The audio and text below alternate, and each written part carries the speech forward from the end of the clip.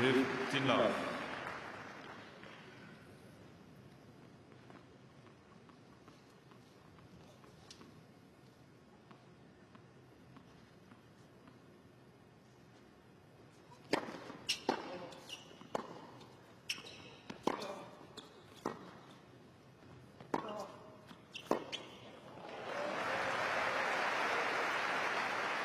Mark, you know so well, having worked with him on a number of occasions. You've been in the player box. What would you be expecting from him today?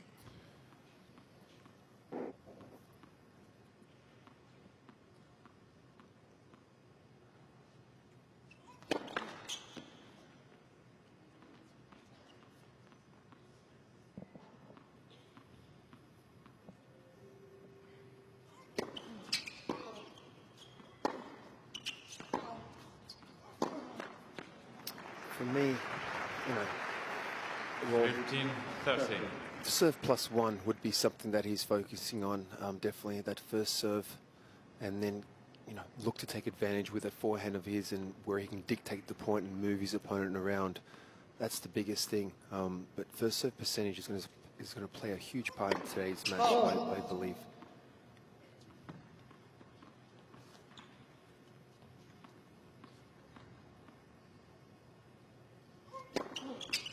One thing I think he's going to be doing today, guys, I'm wondering if his dad will get him to go hard towards the Fritz forehand, you know, and not be focused too much on rallying on the backhand side, but I think he's going to go hard to the forehand and deep. That's another thing that I would be a strategy. 13-14. I mean, let's see, but just knowing, I think, how the team works and the mindset, you know, the way his father approaches his matches, but it will be interesting to see.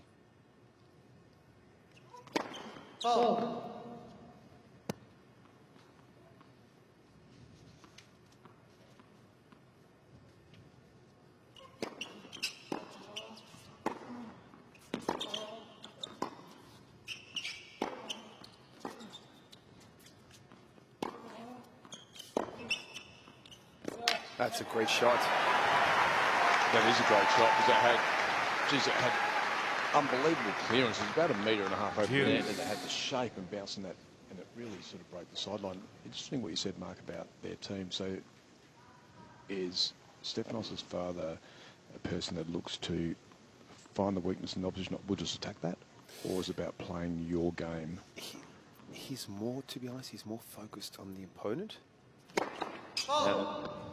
With you know, everyone has those stats that everyone can use at their disposal these days, but they do work with a company that sends them stats.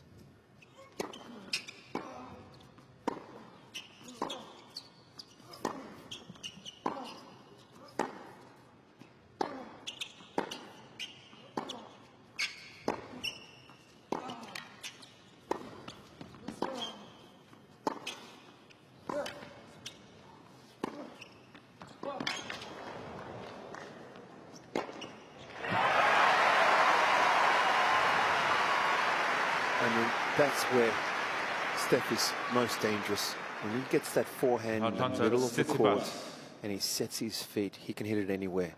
And sometimes you just have to guess. I mean, look, he's using every part of the court. Look at the depth he's getting angles, he's getting depth.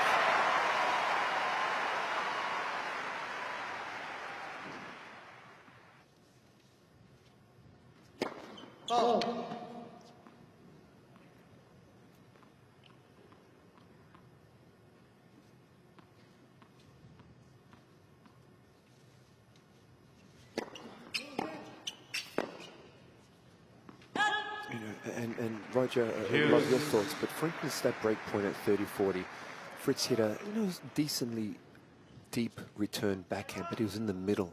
But every time Steph can hit a forehand, that's just too dangerous. That's just the wrong place to go. I'd rather be, even if it's a slower return to the backhand side. Yeah, I think you've got to try and break the sideline, don't you, on the return? So you've got to hit that shorter one that fades across the front of him, or you've got to go go big down the line. Go after it down the line. I agree with it. He predominantly, very quickly, he's quite fast with his movement around the ball. Tsitsipas, there's no doubt about that. And when he does get on the front foot there with that forehand, it's super dangerous.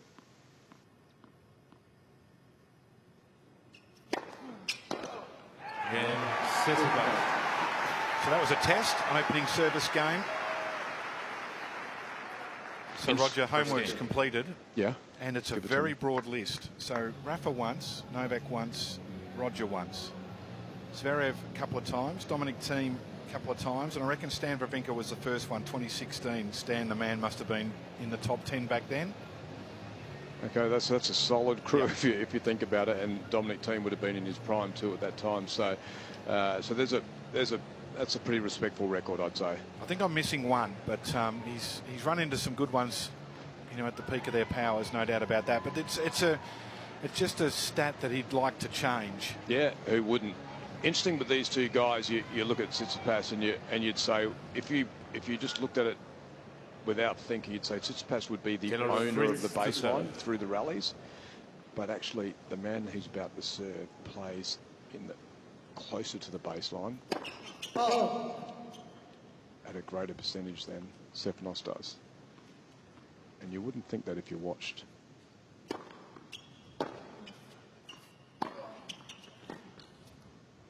I like the way he holds the baseline.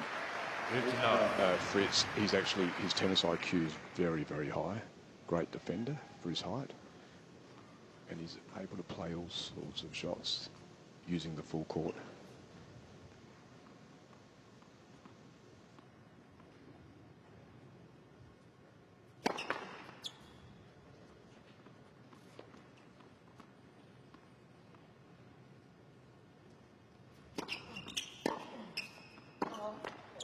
Question marks sometimes with Fritz is he does get verbal, and he can start taking the blinkers off, and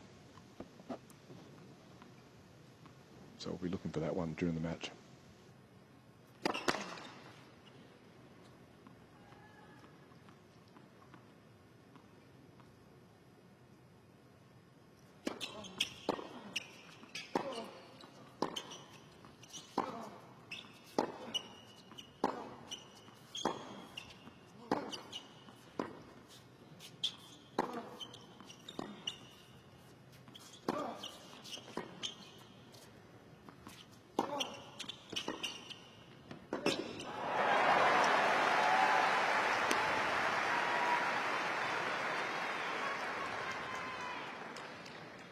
He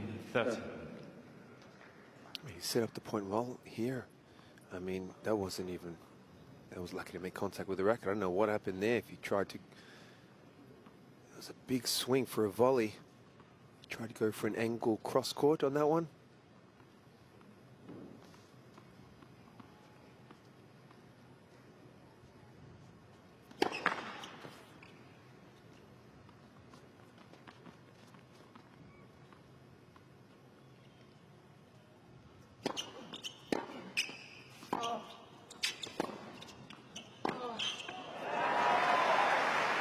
That's a heavy ball from that position in the court.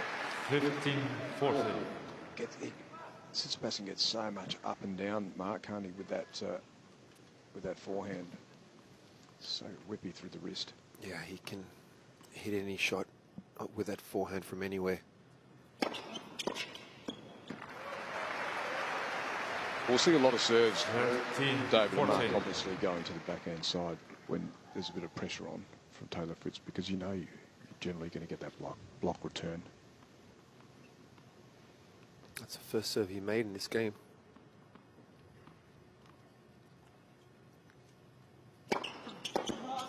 That's something that's going to be important for both of them, is that first serve percentage. Yes. Steph did a great job with that on saving break points in the last game, and Taylor looks like he's also found them when he needs them. Advantage Fritz. Interesting. Steph looking up. He was committed to the one down the tee and looked up at his box. I guarantee he probably got the call to watch the tee. That one.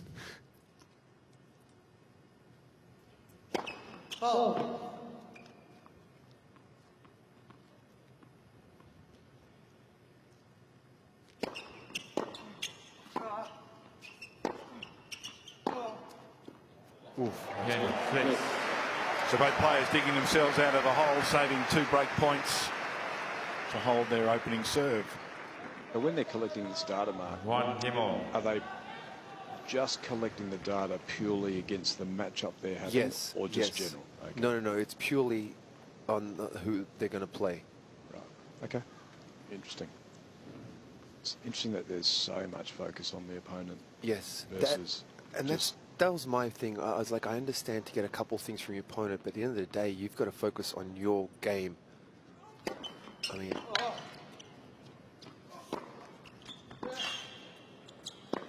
especially with the weapons that he has, and if he focuses on them, 59.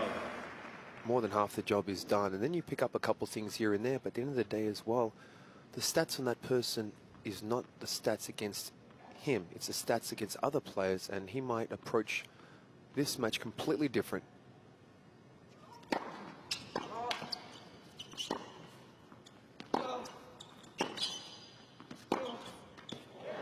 Goodness me. That was a bullet, ladies and gentlemen. Surely, though, to both of you, 59. you would go back to the last Australian Open 2022, 5 sets here. Tsitsipas wins, and the match in Monte Carlo last year, albeit on clay, Fritz wins in straight sets, and have a closer look at that match from a statistical perspective. Yeah, it should just only be versus the opponent you're playing. I just think if you're looking at a holistic group of numbers, they become a bit irrelevant. I mean, there are a lot of players that actually are doing that.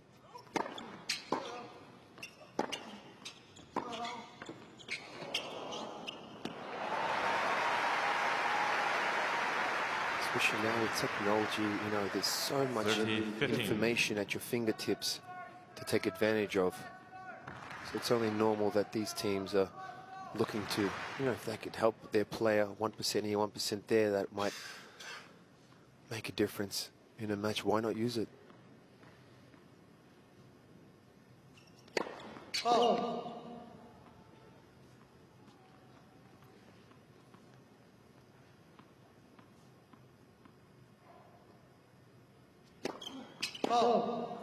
30 over. And this is on the second serve what happens. Fritz is the one that generally will crowd the baseline, step inside and actually take that ball on the baseline. Stefanos doesn't so much. He generally goes back on the second serve. And the American is the one who will press up and create a little bit of tension. It's such a compact swing, especially on the backhand side, where it definitely looks like he's not rushed.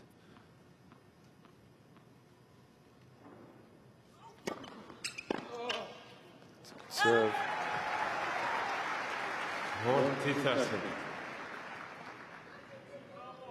It's a very natural serve for him, especially on the big points. I think we've seen him go there on the deuce side quite often. And then on this side, he normally goes out wide. Just like that. 2-1. That's why you're here, Mark, for those deep insights. Yeah, exactly. So, if there's any questions, guys, just ask, all right? But to me, on observation, that's a really good example where there's one person on the court with the balls. They're going to make the decision, don't they? So you can have all the information in the world, but it's what the player feels at the time is the right thing to do. What's the right play? What do they want to deliver? Yes. That's the beautiful thing about, like you said, about tennis and the sport. You've got your plan, your opponent has his plan, and they go at it, you know, and it's great to watch, and it's mental, it's physical.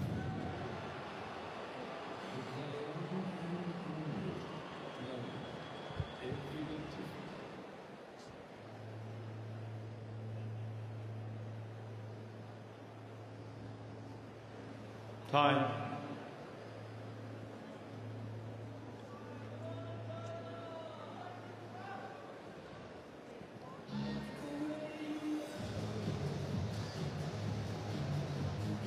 It's a little bit like the opening round of a prize fight at the moment. Just a few little jabs here and there, and just testing each other out. Feeling each other out. Yeah. First service of both players are under pressure, defending. 2 break points each, some big serves to get them out of trouble. And it's what we like about the Grand Slam play, the best of 5 sets.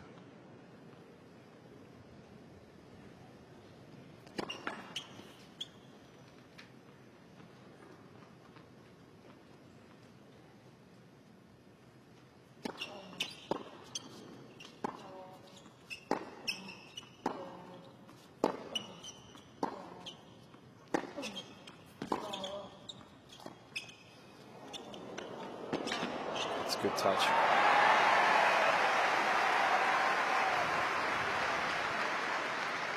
It's an interesting point. So Tsitsipas, he has the advantage in his variety of shots that he can play, and if he can move Fritz in tough areas where he's got to change direction and then explode to uncomfortable positions, that's an advantage for him. It's actually getting the balls to the control of the play. Because Fritz, when he gets that ball to hit, he's very aggressive with it. He understands owning the court. Very flat off the backhand. He's penetrating mark off the backhand. You'd like it down here. It's actually, it comes at you quick, quite heavy.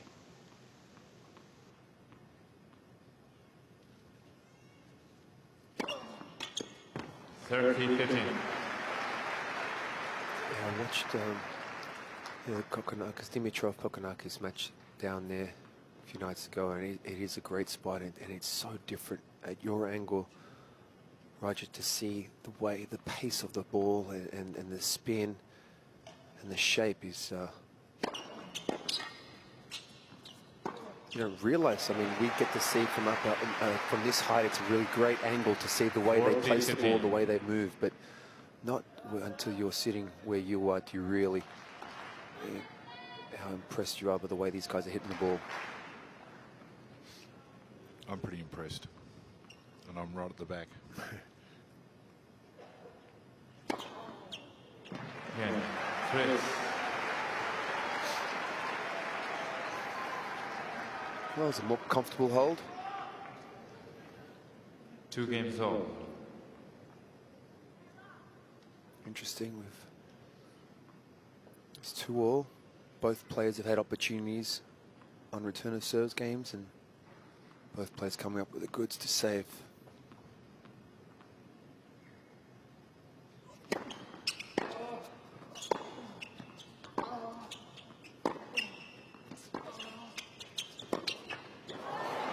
And I like your thoughts on this one, Roger. Taylor, for instance, backhand and backhand. Taylor's backhand is incredibly flat. I think that would suit Tsitsipas more on the rallies, you know, instead of, you know, where he's struggled, maybe let's say Djokovic, that changes the pace so well and gives him different looks. 15 all. Yeah, at the moment, the ball that comes to Tsitsipas is a ball that he generally likes. He knows where it's coming, he knows the sort of speed, the height, the bounce. So Taylor is yet to play with any sort of real different changes of shape with his backhand.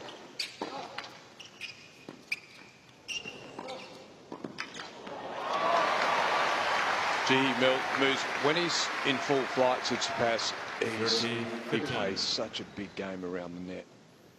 Covers the ball, covers the net extremely well. I like him. That's when I like him at his best, mate. Man, I'm with you. I'm with you. That was my thing, to get in there a little bit more often. Because like you said, look how well he covers the court.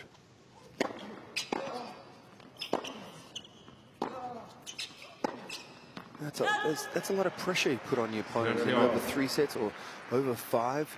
Keep saying on the big points, pass me if you can. So when you're sitting up there in the coach's box, which side of the court were you nervous about when things got a little shaky? Was it the forehand side or the backhand side? Off the back? Never on the forehand side. It was the backhand side. It didn't matter what the opponent did on the forehand. You know, you can hit hard into him. You can give him. It doesn't matter. It's low. He goes back to rip it. He can handle anything on the forehand side.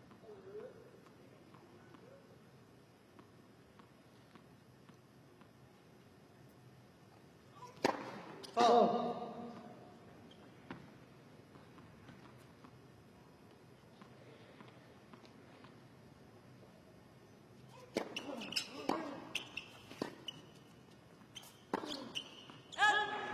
Sinner.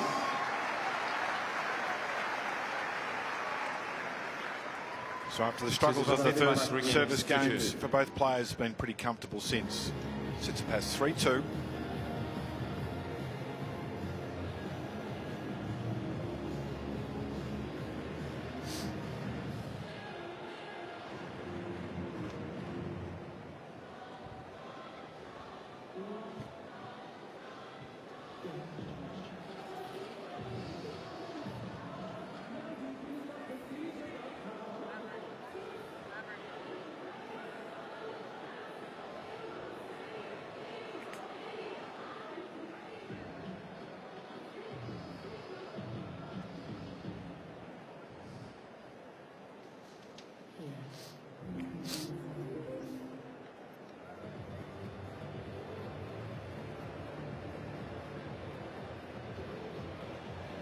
Time.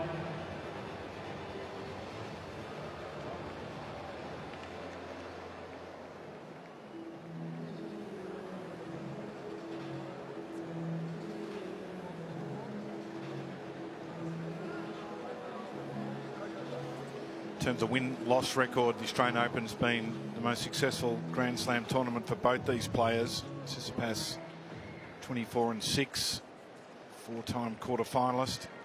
For Fritz, 13-7. Looking to make the quarter-final for the first time. On serve here, 2-3.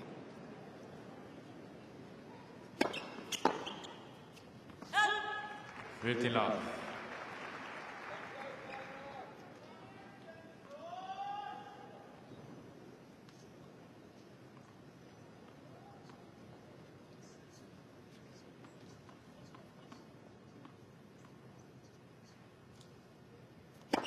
Left facet.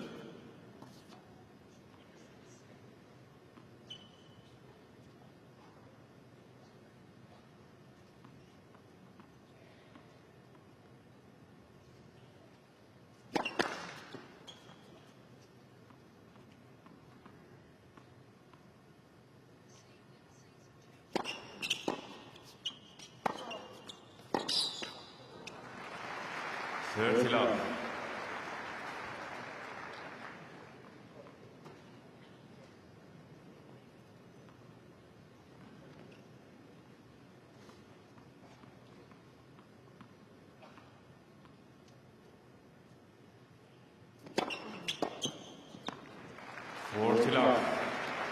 Hasn't dropped the point on his first serve once it's gone in.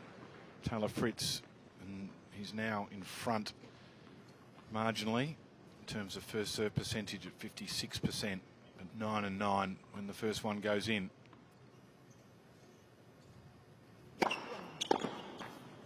Cain. Fritz. And that's helpful. Holds to love. 3 games all.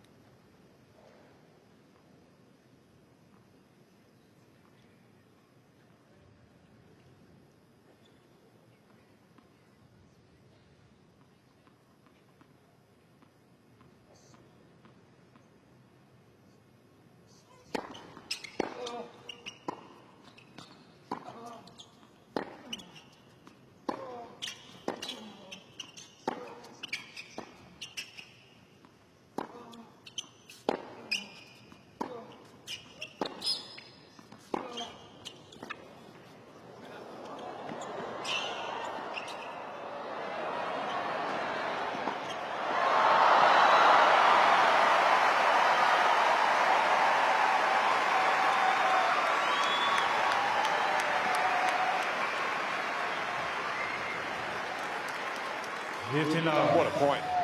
What a point. Talking about versatility from both players. Big, heavy hitting from Taylor Fritz. This is through the legs. This is a lot of players can do this comfortably, but that was an outstanding use of the drop shot too, but from Tsitsipas.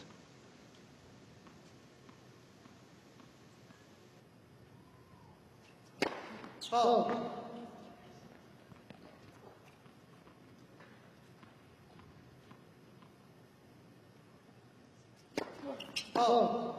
know, the match against Jordan Thompson, he wins in 4 sets. There was a couple of tied sets in that match, and interesting, that was someone who was coming at him all the time, serve, volley, did a whole lot of different things around the court, so just a lot of variables.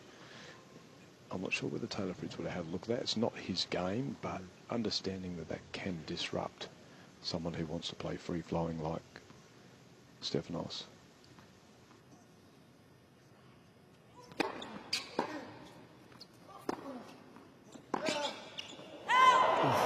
Just missed. I think that's why I was bringing up the fact that as far as the Taylor having such a flat backhand, and that I think Steph wouldn't mind it. For instance, Jordan Thompson has a great job of mixing up the play, and you're seeing a lot of heavy balls high out, more spin, nowhere near as fast to the backhand side, you know, and he was doing a good job at that, and it was working. No, that's not good enough.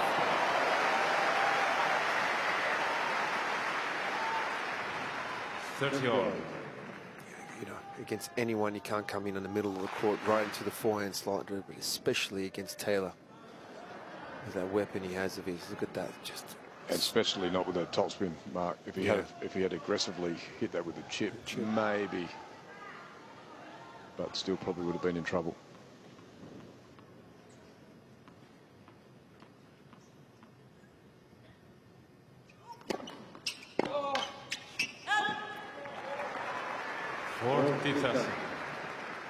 Great serve. That slider, not very fast, 177. Actually, it wasn't too bad, but just great angle on that side.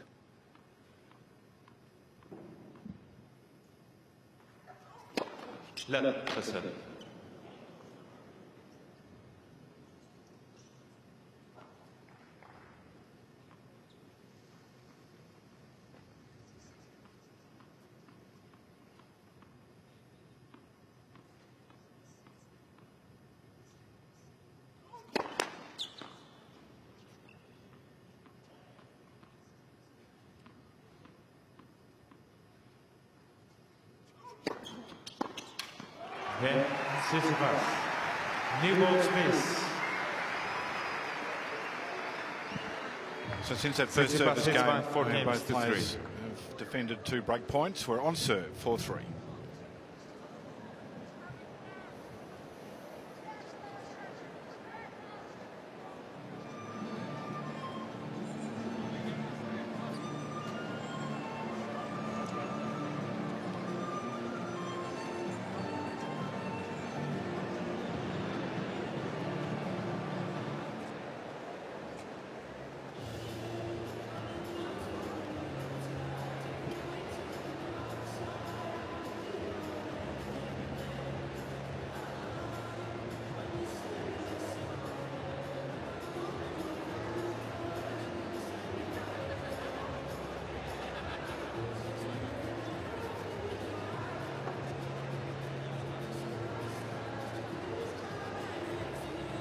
Cain.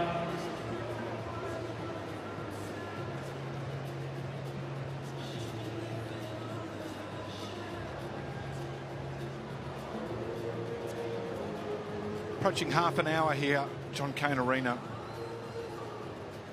4th round encounter on serve. Greek fans plentiful in number.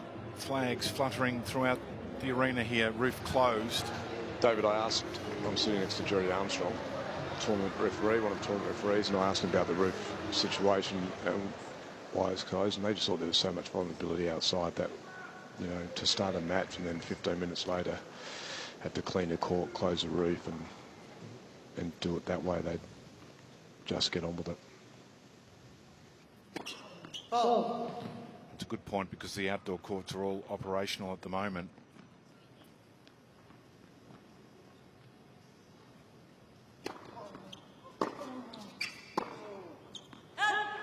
So if it starts open, it closes, and it stays closed. But I do often wonder if It is bright sunshine outside at some point between the set. Should they reopen? No. Want to think about that for a little I was while? going to say, what do you think about that, Roger? It's an outdoor tournament. I kind of think at the end of a set, if I get what you're saying about if it's that sort of day in Melbourne where it looks like it could rain at any point.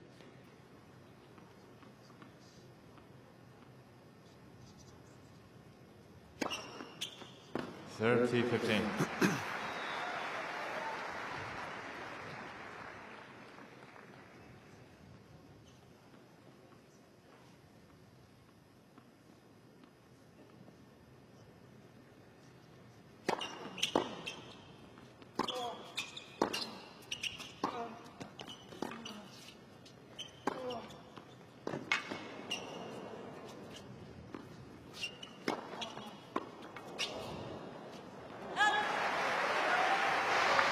Hitting a heavy ball, Taylor Fritz, when he has a chance. He got the backhand, and then he 15. actually came up the back of it and actually generated that like a heavy topspin ball. Both these players, when they're on serve, their depth of ball off the first strike's been superb.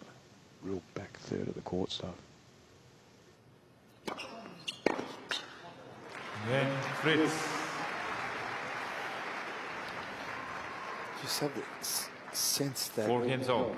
these guys are slowly building. There's some gray skies in.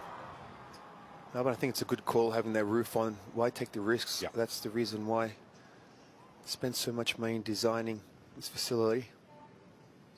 I guess my question is if it was bright sunshine, Right. and you knew that it was. I'm not. You, You had a couple definitely of you hours have a now. point. You have a point. Do you but open it up let's after not, the set? Let's not ask Roger though. Roger was definitive. 15 love. And at the moment, it's the right call, no doubt. He doesn't have a point. But let's just stop this conversation there. Sometimes when you're not in the right room, you've got to get out. 30 love. I'm happy to defer to you two experts, but I'm also happy to have an opinion and just throw it in. Love that.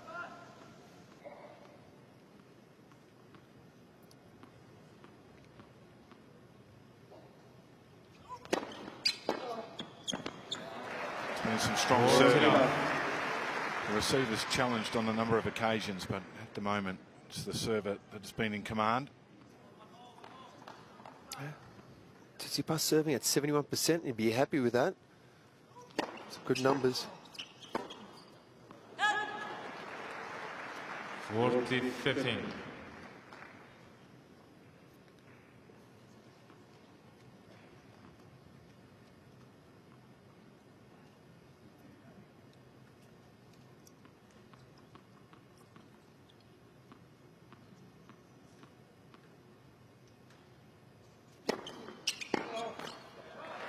And Tsitsipas.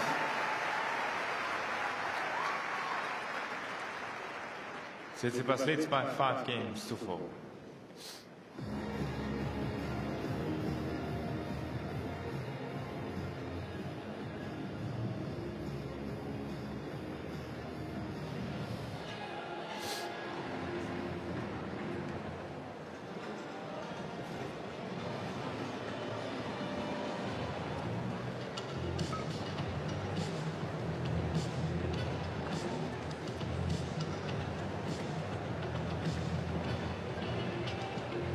Serious water bottles, Mark. You've got your AO water bottle here. It's a magnificent looking design piece. Holds a lot of fluids, and you've just got to make sure you put your name on it. Like when you're at kindergarten or at primary school, you've got to have well marked. That's right.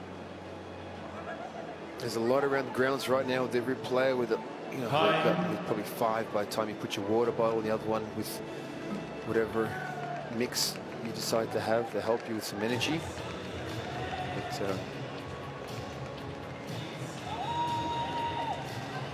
definitely a lot more plastic around the ground, so that's a good plus. thing. Pointy end of the opening set, 33 minutes. And now Taylor Fritz will be asked the question on his serve. On that first service game of his and Tsitsipas.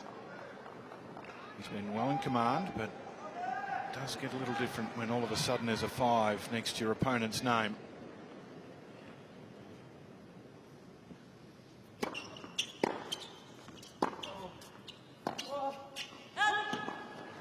Love.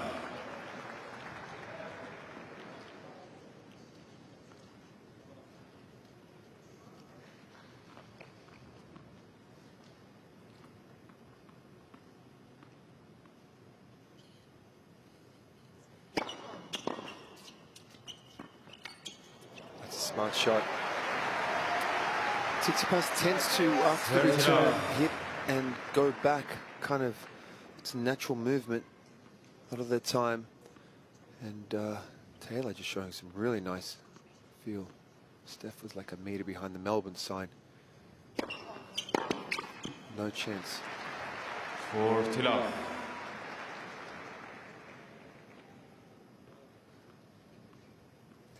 Both guys continuing to be aggressive on their serves, and the high percentage of first serves in and holding comfortably right now.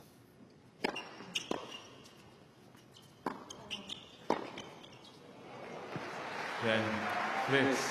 And Fritz still at 100% once the first serve goes in. 17 out of 17, in fact 18 out of 18 now. And that percentage up to 69%. So 5-all. And what he's done so well with that first serve, not only is it genuinely big, but it's heavy, but the location. He's been able to get some really good location on the ball. Find his spots.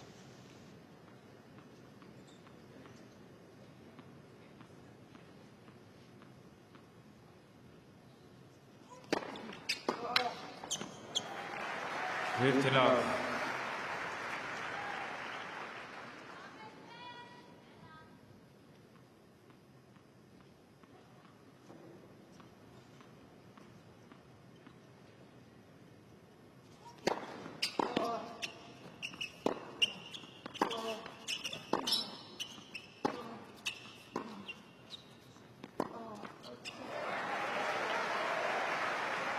It's a nice chip and really staying down low.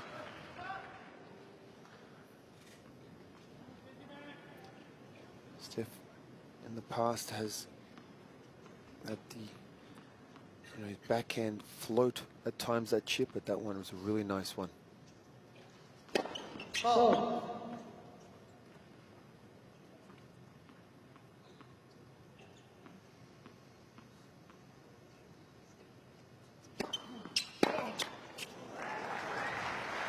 Love.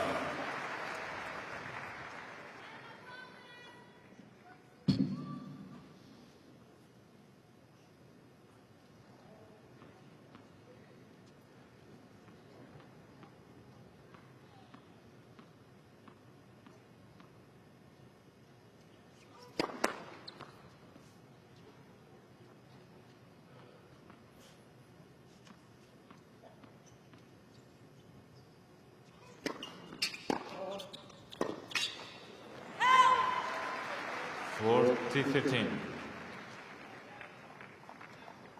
That's a good play. When you're playing someone with such a big forehand, they both have big forehands, but now and again, that backhand up to line is an important shot just to keep him honest, because they're always looking to run around that backhand to get the forehand involved. So it's important to, especially early, get it up that line.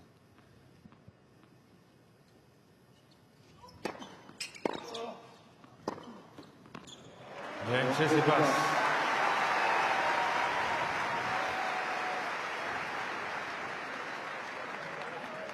Tsitsipas leads by 6 games to 5.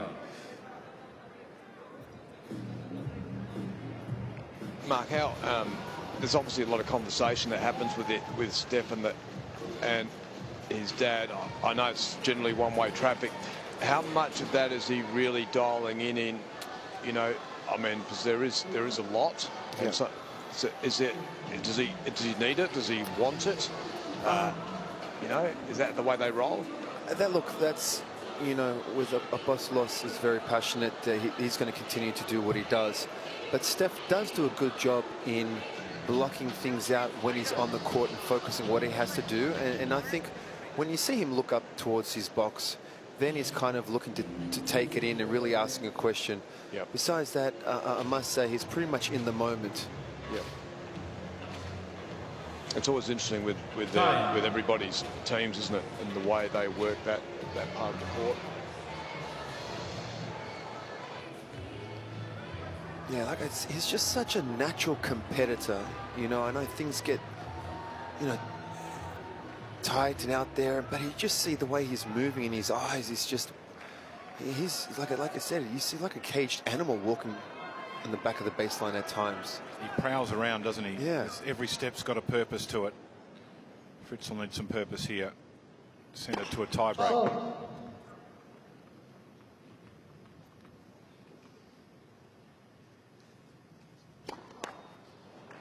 Long 15. Very interesting start. First point against the serve has been rare. That's a good response, but that second serve was like a deceleration. It just completely collapsed. I'm not sure if the ball toss was way too low, but not a normal double fault you'll see Taylor make.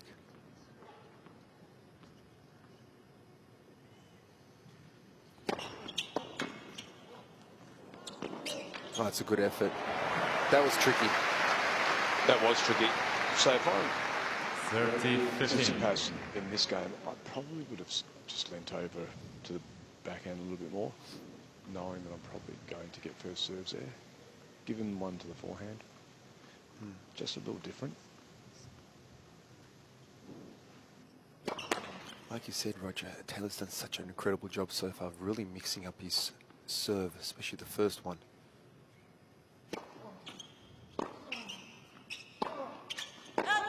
That's 30 when I see Steph on the second serve step back, where he can have the time to actually take a full swing on his forehand or his backhand. That's when he's dangerous, you know, especially if he gets it in deep and then he gets his forehand involved. For me, that's what I like to see.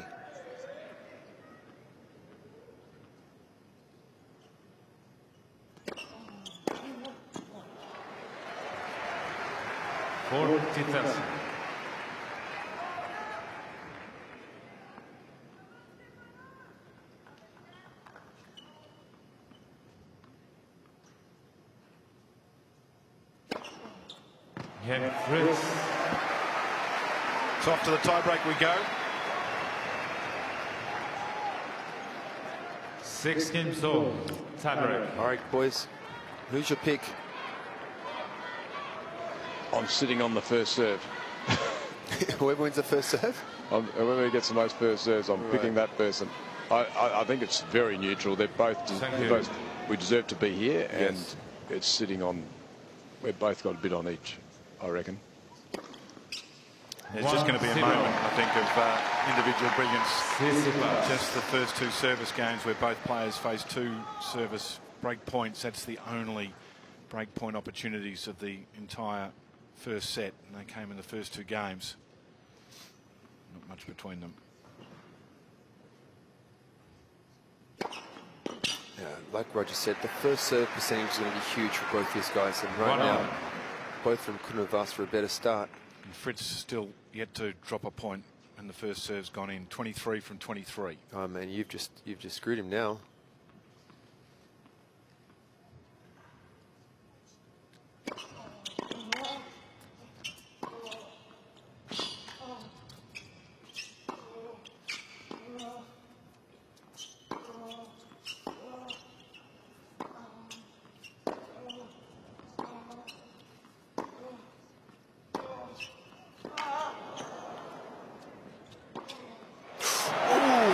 Closer than he wanted, but what a point. Fritz won, commentators curse nil. He did. The longer that point went, the more Tsitsipas did a great job of variety of shot there. Slice backhands to the heavy, to the top speed one that goes in flight. He was really testing Fritz out, so that was credit to Fritz to get that done.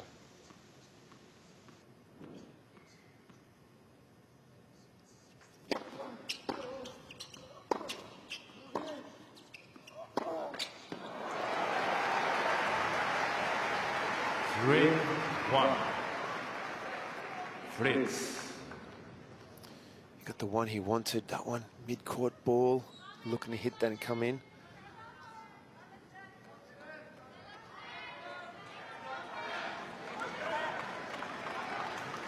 Just not happy about that.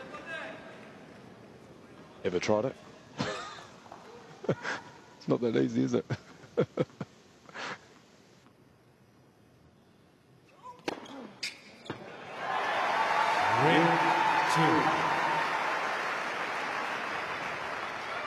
Fritz. Good response from Tsitsipas. He needed a quick, easy point. And now even though he's up a mini break still, the pressure's back on Fritz.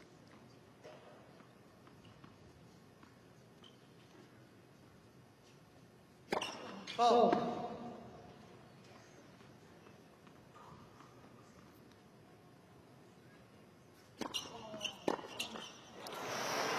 See, for me, Roger, he's got to stay back and wait for that and have a hit at the ball. Yeah, it doesn't seem. It's not his bread and butter, is it, to step up on that ball? And he never seems as free flying with the swing. Because let's just say that goes in. That might be landing around the service line in the middle. Fritz with his forehand, that's points over anyway, cross court. But if you go back, there's a good chance he can look for a forehand. But if not, hit that heavy backhand deep and then get himself in position to look for that forehand. Yeah, it's definitely not in his comfort zone. In fact, he barely steps up on the second serve, as I mentioned at the opening. And that's my point again. You know, such a huge point at 2-3 down the tiebreaker in order to do that instead of doing what's comfortable. And not only what's comfortable, what's most successful for him as well. Thank you.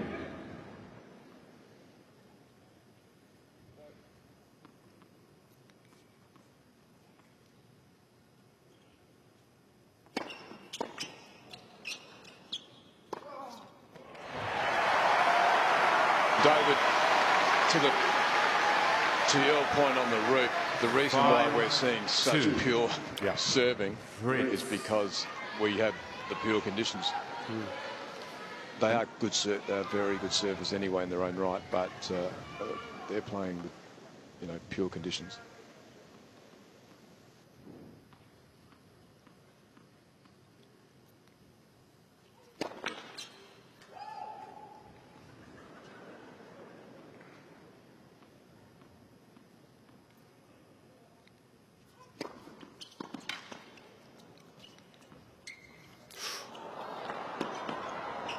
Oh, he kept his cool on that one. I thought he had made a mistake.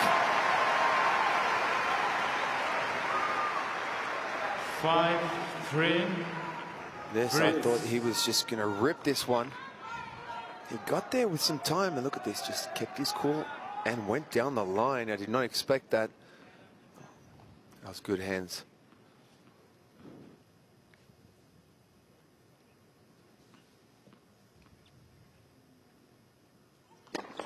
Let's pass it.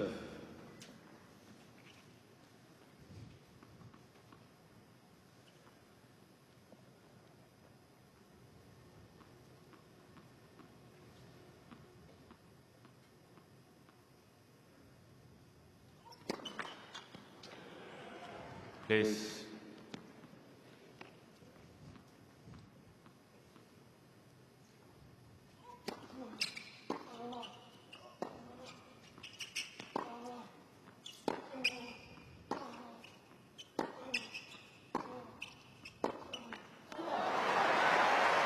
He did a good job there, Fritz, of just picking on the backhand side there, penetrating it and really making it a point that he was going to go back in that corner.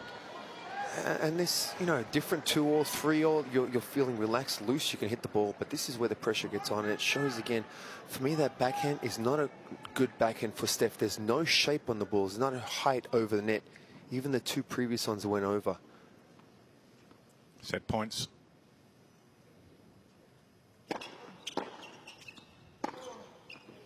Game on first set, Fritz. So impressive from Taylor Fritz. 7 games to 6. Stepped it up when required and gets the opening set in a tiebreak. 50 minutes, 7-6. And he's going to commence proceedings in the second.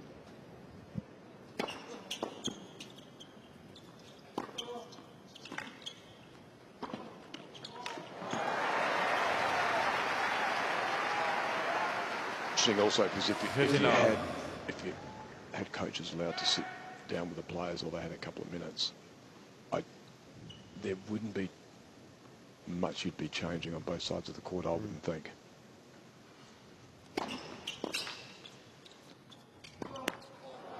Well, Mark, you've been in the box with the Tsitsipas crew. Would you be suggesting any changes? One thing I would, that second serve, where he's standing, is just to stay back and actually have a hit at it. That's one thing. And you would say do that full time. Yeah, I would. But especially anything that's relatively big point. But and just more height. I'd like more shape on the backhand from the rallies from the backhand side of Tsitsipas.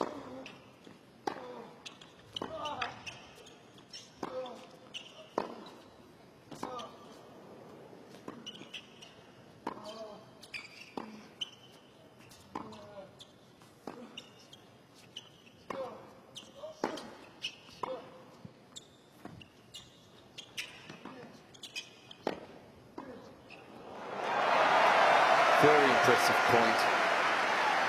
Tsitsipas hit some nice chips, but Taylor just keeping his cool. He was not in a rush to overplay at all. And in this is a nice chip and charge, just getting it deep. So this is the one you'd like to see him just stand back a little further? On the second serve, the second serve, okay.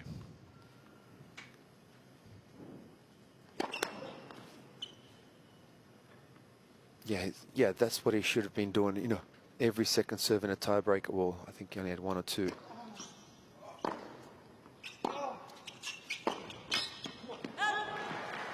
But that's the play. That was a great backhand down the line. But what Taylor does extremely well is he holds the court, doesn't get pushed back, he forces himself forward, and then off the ball when he's played a shot, he's got really good movement off the ball, getting himself back tight on the baseline as close as he can, even when he's not in the advantage position. So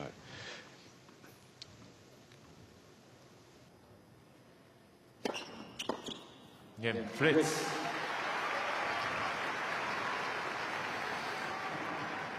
First game, second set. Continues his strong work on serve, although no longer 100%. Just dropped the 1 point there on the first serve when it went in. So he's 28 from 29. So we can stop looking at that for a while, and that 100% record. Superb as it was, still been in command. Tsitsipas' serve's been strong as well. So that's the thing about two Titans when they're going head to head. Started off at 53% in favour of Tsitsipas. Now, Win Predictor gets very excited when a player wins the first set. I'd be looking at Tsitsipas's 5-set record, the win here against Fritz in 2022, and I'd have him a little stronger than the 21%. And also, let's not forget, 2 of the 3 matches that he's played here at the Australian Open, he's lost the opening set, and he's come back strong. So this is not new territory for Tsitsipas.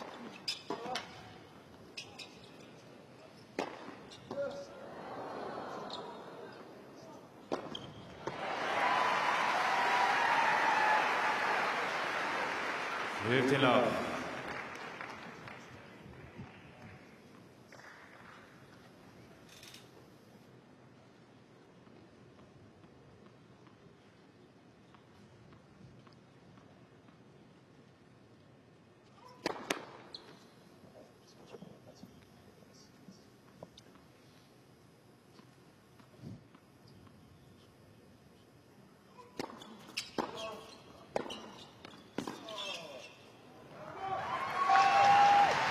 The energy that comes off the Tsitsipas forehand when he takes the ball on the rise is extremely impressive. He's got so much work on it, but he takes it off on the rise. It's really one of the great forehands in the game to watch.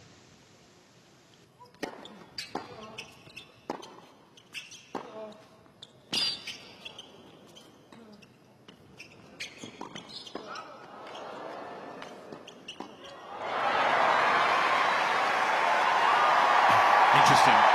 The crowd really didn't have much reason to get involved in the first set because it was so tight. The only time was 3/4 of the way through the tiebreak where all of a sudden, when they changed ends, all of a sudden the crowd got involved. Well, he wants a bit of energy in the room, Yeah. and there would be, I don't know, 25 Greek flags.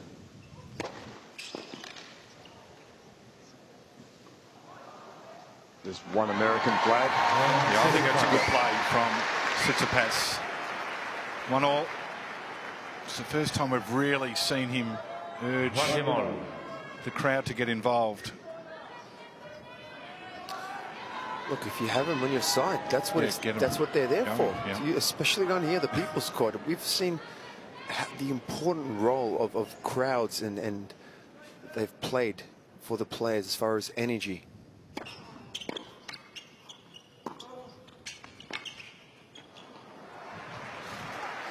You had the advantage here, Mark. You had everyone on your side in that case when you were playing.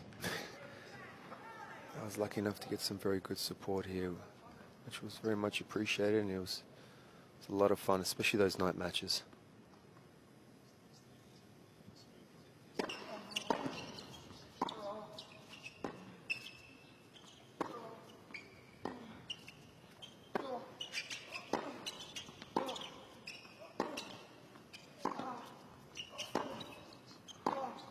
Yeah, gotta be careful, especially heading into Taylor's backhand. You give him that room down the line. He doesn't need a huge invitation. Also got reach, Taylor. Not only does he read the play well, he sits in good positions off the ball, but he does have reach. As I said, his tennis IQ is right up there. Yeah.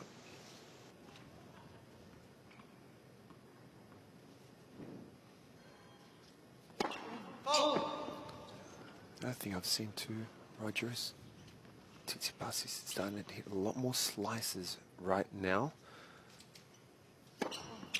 It's early days since after the tiebreaker. Now, I think it's very important to mix in the slice, but 1-2, then you hit a topspin. I don't like 3 slices in a row. I think he will just, Taylor would just dictate the play if he sees that coming at him. Give him more time to hit that forehand of his. Yeah, no, I agree with that. A couple, and then you've got to be looking to come over the ball. No, he's been impressive on serve early in this second set. Fritz, 2-1.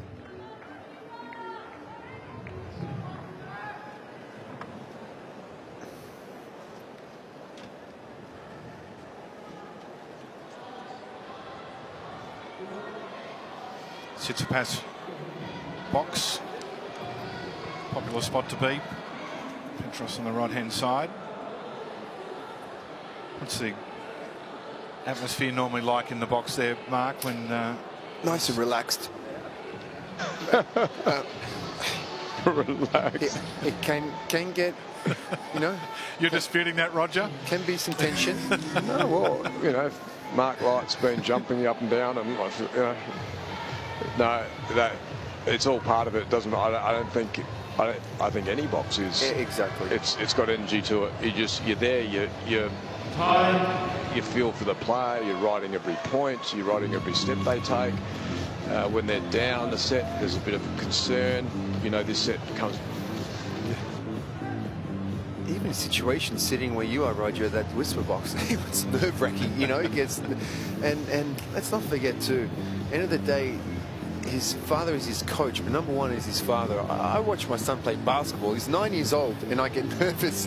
Can you imagine your child play, second week of the Australian Open? So, no, it's not easy. There's Apostolos. He always looks on edge. Whereas Stefanos, I like his approach. He always looks calm. And No, that's what I'm saying. He does a fantastic job just focusing on what he needs to do. He kind of takes the information that he wants in at any given time, and he's just focused. And this has just started, man. His level's gonna rise, and he's gonna fight. That's for sure.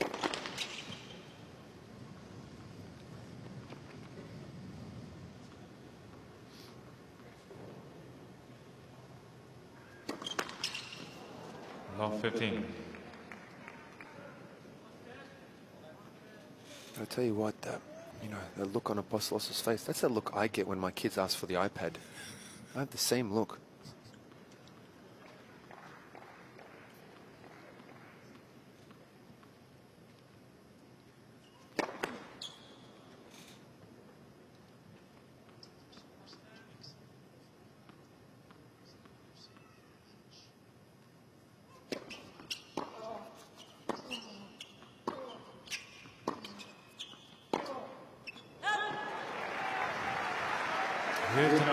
For me, that was a missed opportunity.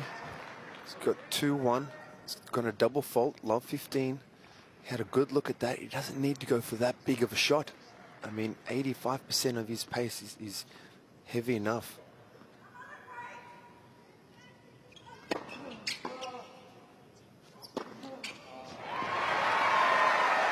Yeah, there's small moments in these types of matches, and you've got to understand the weight of that following point at love 15. And he had that forehand. He could have gone to either side too. Could have gone cross line. Totally in an advantage spot.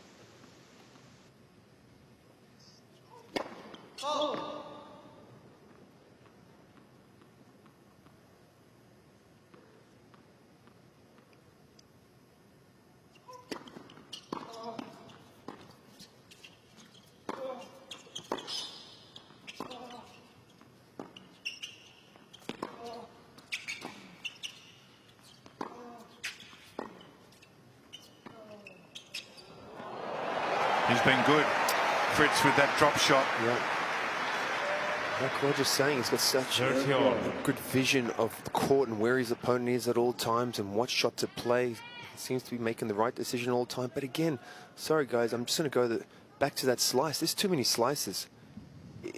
Taylor, for me, looks like he's got plenty of time to think about what shot he wants to play, to build the point.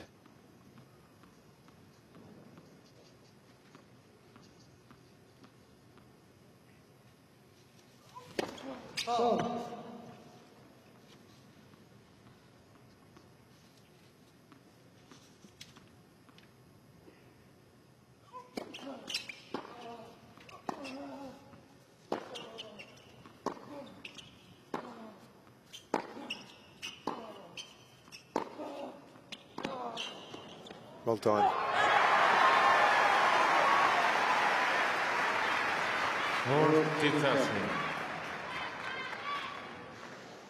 He hasn't used that down the line much, has he?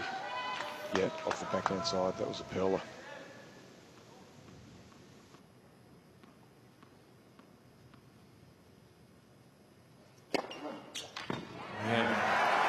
It's a good work. Those last 2 points from 30 all. Hey Roger, for me, that was a shot that I felt could be a huge weapon for him. It's a difficult shot, but to work, you know, but something to work on because it just gets his forehand involved. Yeah, and did he like hitting that shot? Or he doesn't. No, it's not a. He didn't. That's the thing. And it doesn't have to be a winner. Like it doesn't have to be on the line. Even if it's a meter and a half, with that pace, he still gets the forehand involved. And for me, that's the big thing.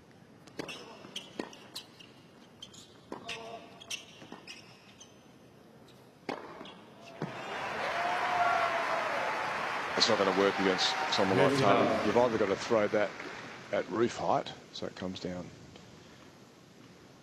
on top of their head, or then make sure you get the depth.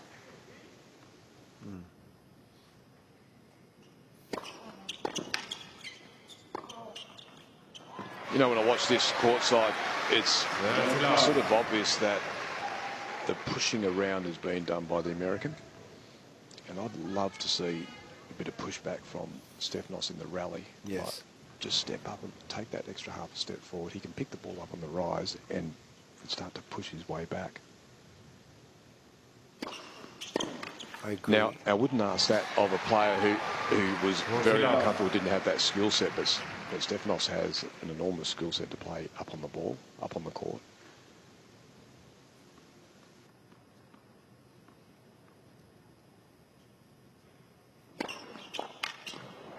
Fritz. Again, the service dominance continues, just 1 point lost. 3-2. 3 games to 2.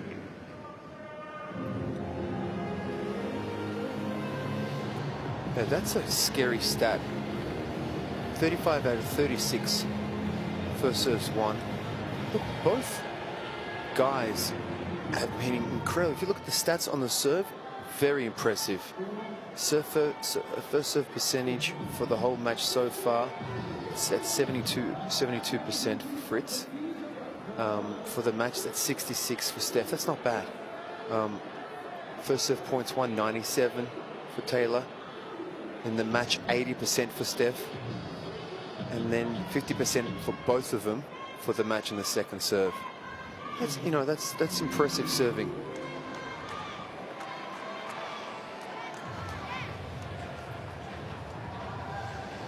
Time. And for a match like that, you know it's only going to come from go down to 1 point here or there.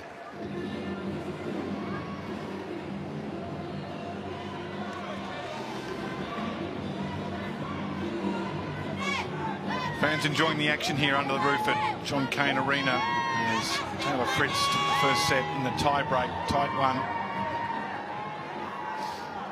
And Stefanos Tsitsipas fighting hard to keep the Greek fans enthused, and they are, as you would expect.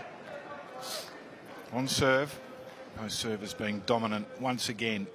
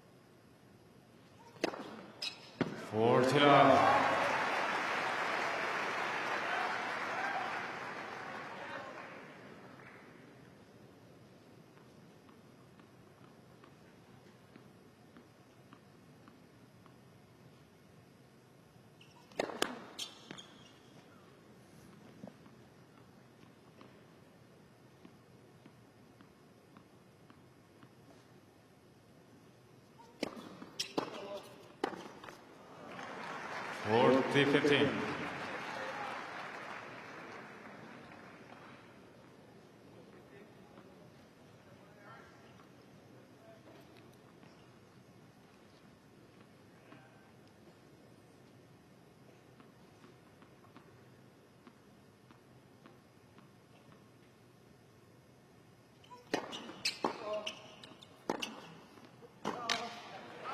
Tsitsipas. Once again, the domination on serve continues. Question to both of you. Did you expect this domination on serve? That's the first part. And the second part is when you're returning and the player is dominating so strongly, how can you change the situation? Mark? Look, I did. They both have big serves. I expected the serve plus the forehand to dominate the match. But, so, you know, they're both serving at a high percentage of first serves. And they're going to, you know, get a lot of free points. So... yes, you know, I was, if they got that first serve percentage in. Roger? Yeah, definitely with the roof shut, there was going to be a situation where the serve was going to dominate. It was always going to be one of the big features. But so for me, what do you do? Do you change? Very stubborn tennis players.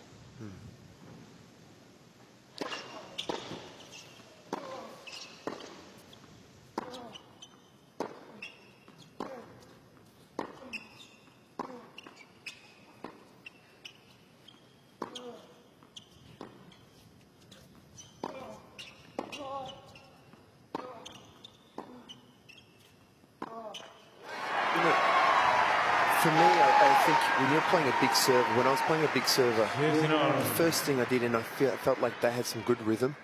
The biggest thing is where are you waiting for the serve? You know, give them a different look is the first thing. I mean, end of the day, sometimes you got to guess, but if you still keep standing in the same spot and they've got good rhythm, nothing's going to change. So I would say positioning of where they're waiting for the ball.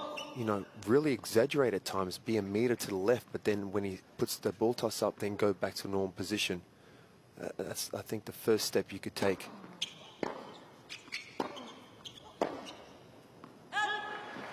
And I would always like my players to play a individual service game where they just stand in a different spot. So, you know, whether it's up on the court, whether it's back on the court, decide to challenge yourself in one whole service game, not just a point here or there.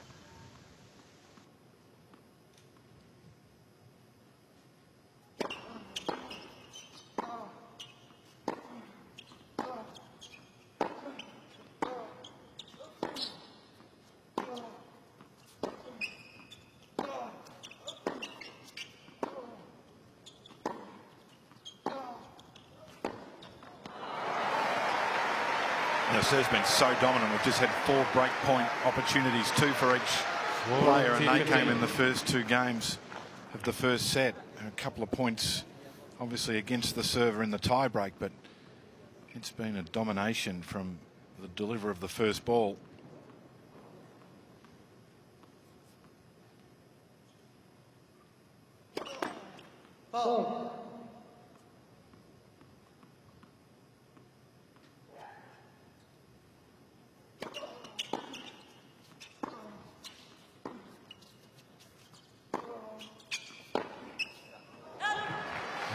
Fritz.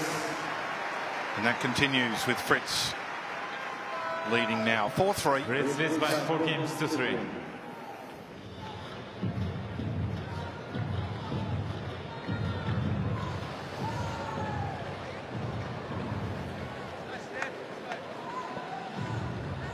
And physically not much being extracted from both players.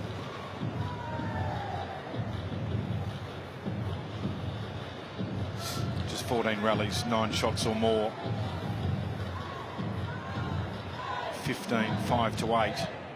So that's a very short number of balls that have extended beyond 5 shots. Hour and 15. More than halfway through the second set.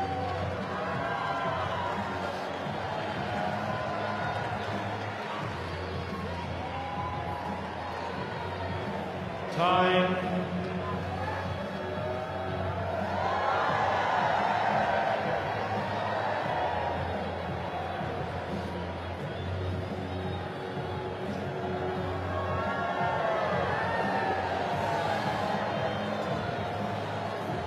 Crowd enjoying the atmosphere here. Roger Rashid courtside participating in the Mexican wave as it goes around. That was impressive. Why not?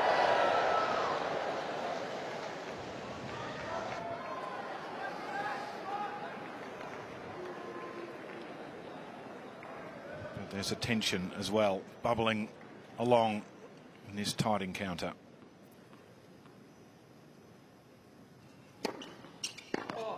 You know, the one thing I like when I watch the American, that he's quite stable off the baseline. His central body position, where you look at the 2 different athletes when they play, there's a lot of jumpy movement from Tsitsipas.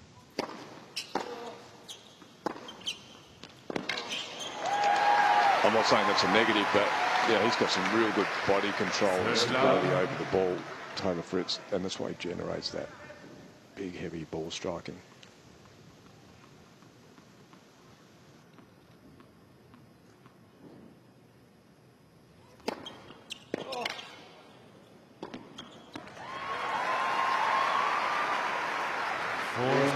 Would that be the first serve volley point? I was just thinking the same for the thing. match? Yeah, it's the first one.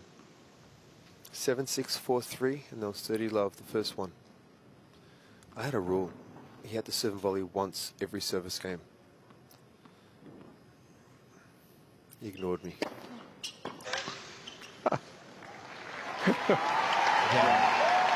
Tsitsipas.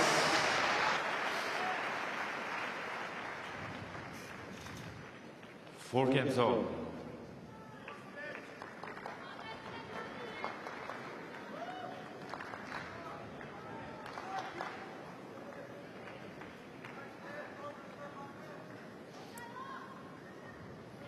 A little like home sometimes, Roger. I've got rules, but no one listens to me. Yeah, that's fine. We've all been there. That's first serve.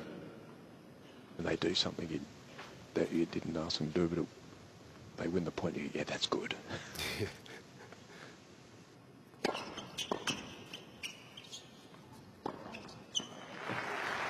I guess you take any day of a point being won, not at all like you spoke about, then losing point the right way. Is that ever a good thing? Would you rather lose the point the right way or win it the wrong way?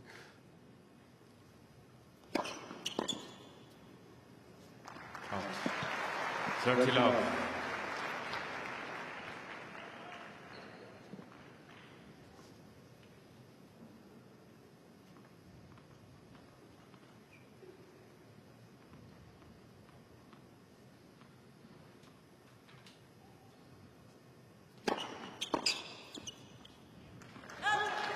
And I'm not sure if we can get a shot at the serve at some point of Taylor Fritz, the way he just places the ball up.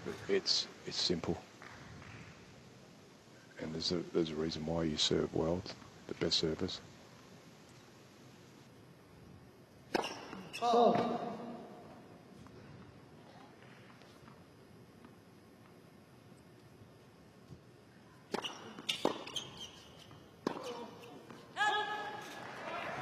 Fourth, 15.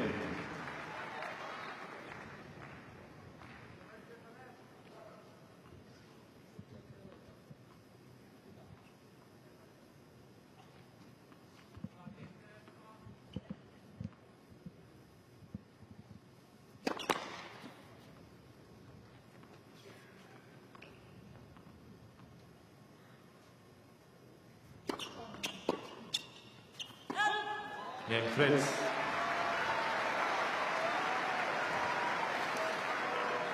So Fritz holds, has the advantage of serving first here, so now he leads 5-4.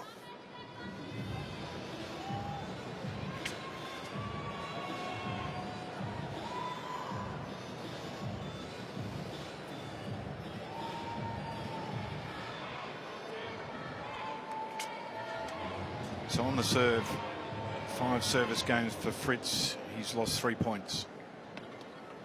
Tsitsipas in his 4 service games has lost 3 points. Here's this serve.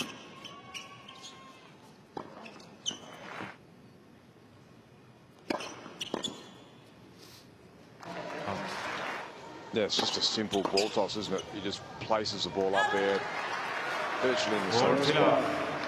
Yeah. Maximum reach, Mark. 6'5", there is a lot of reach. Just a tall man, very mobile. It's definitely one of those plays that takes a great job with a flat out wide, which is not easy. And then he also mixes it out wide with that slider in the deuce side. So in the first set it was Tsitsipas who was served first, so he had the scoreboard pressure on Fritz. This time the opposite is the case, so Tsitsipas here. Is there a way through this serve? Both players absolutely dominant. On serve, Tsitsipas serving to extend this second set.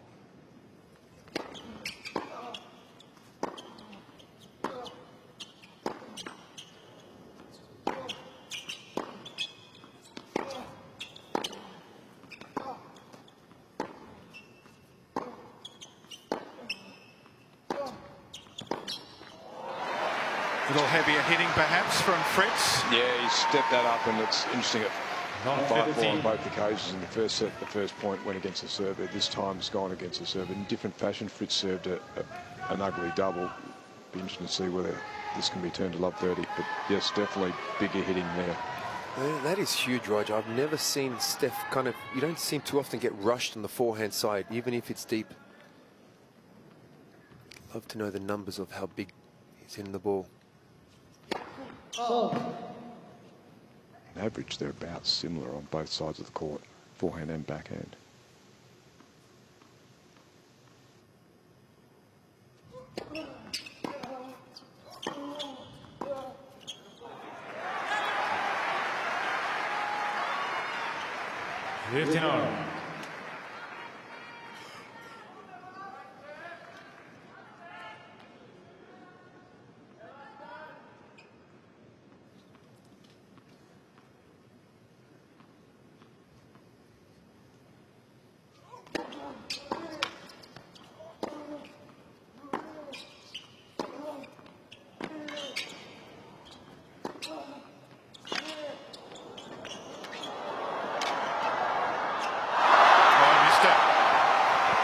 That was brilliant hustle from Fritz.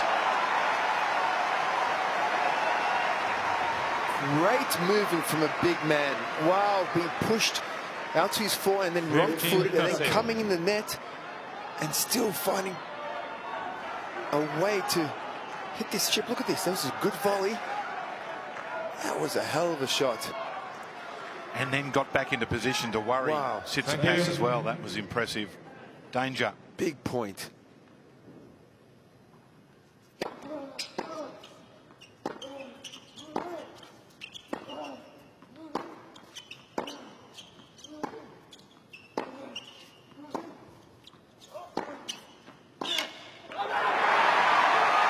Yeah, that's big. That was big. If you're not hitting it deep and into the corner and you're giving Steph any kind of time, it's trouble. And it was a big moment too. At 15:30, there was no margin, and he, to his credit, he was getting pushed around early in that rally mark, and then he had a chance with a bit of an off-pace ball, as you mentioned. Great atmosphere now to this point.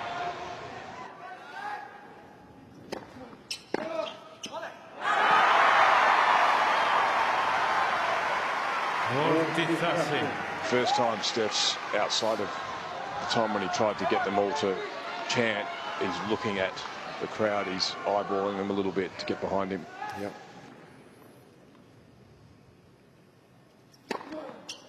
That's very well done. He was in a tough spot. Gets it to 5-all.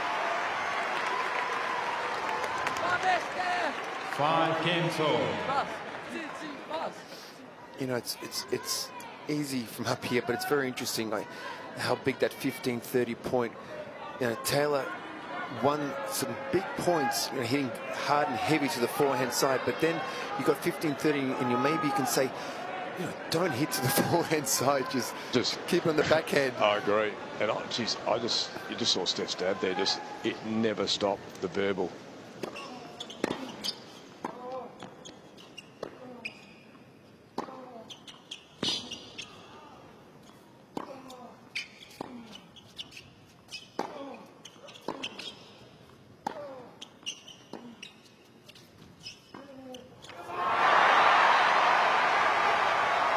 I've got to go back to that because I'm staggered that you could talk to your son for the whole period that before that first point, talking about making it simple.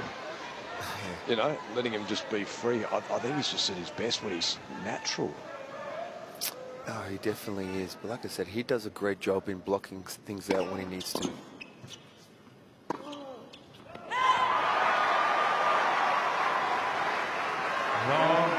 Here we go.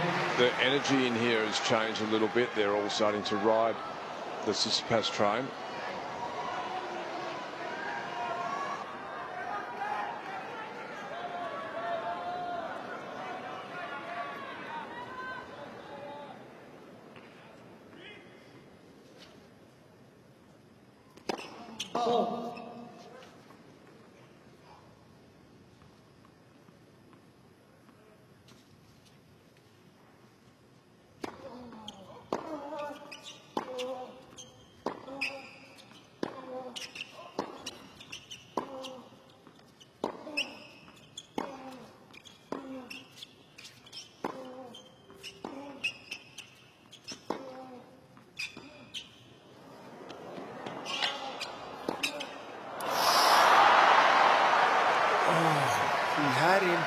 the shot.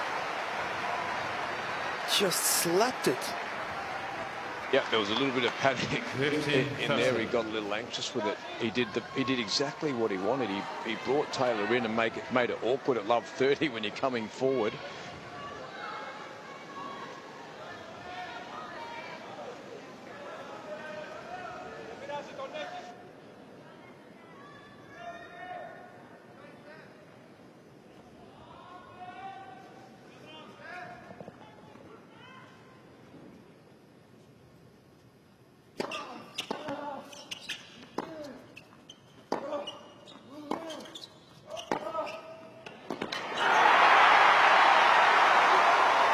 That is huge hitting, and what a smart return.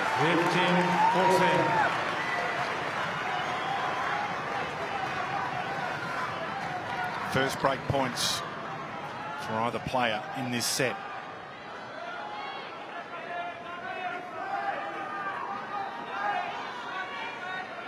Thank you.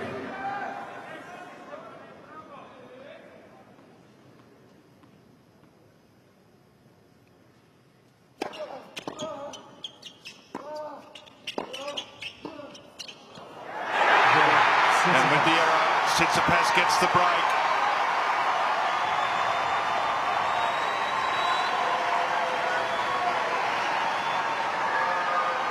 Tsitsipas leads by 6-5.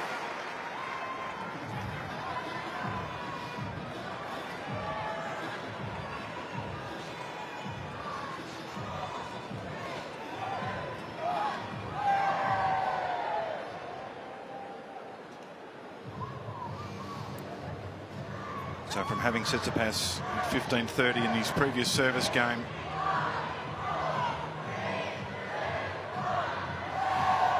Fritz unable to hold serve, and now Tsitsipas will serve to square it up.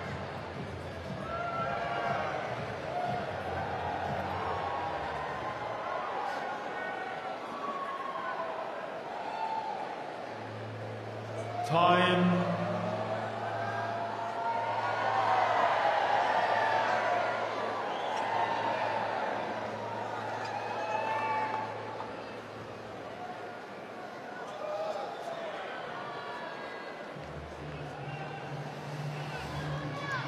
Tense couple of games, and Stefanos Tsitsipas, having been under immense pressure on his previous service game at 15-30. A couple of break points for the first time in this second set. In fact, you've got to go all the way back to the start of the match for break points against the server.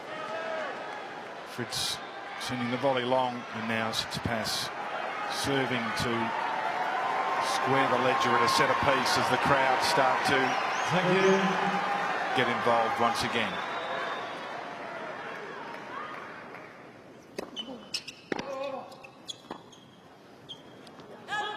Lock it in.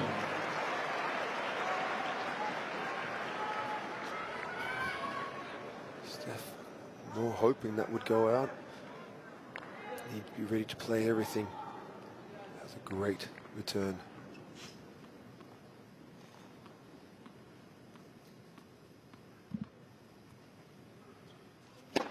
Oh.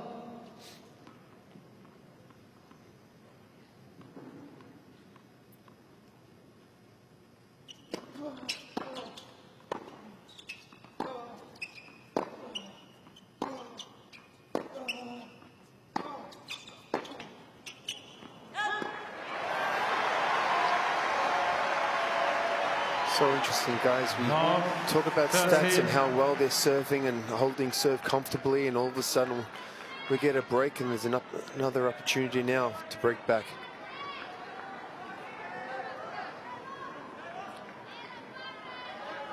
Well, not quite yet, but the door is definitely open at love 30. I'm sure other players had a love 30, have they? It's been a serve that's dominated. Oh.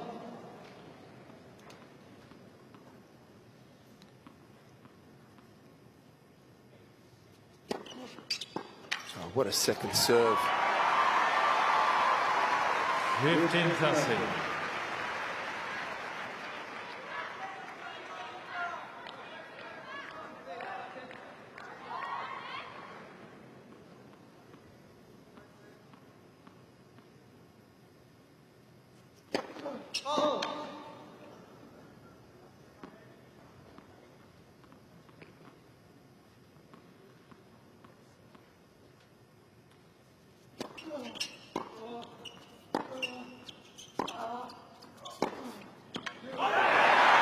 That was a monster. That was a monster. He got the ball in the area. He was so quick to get around that. We know he does that naturally, but this time he was electrifying, and that forehand, wow, was that heavy. It's crazy, Roger, because as big as it was, he looked safe. He had good shape on the ball.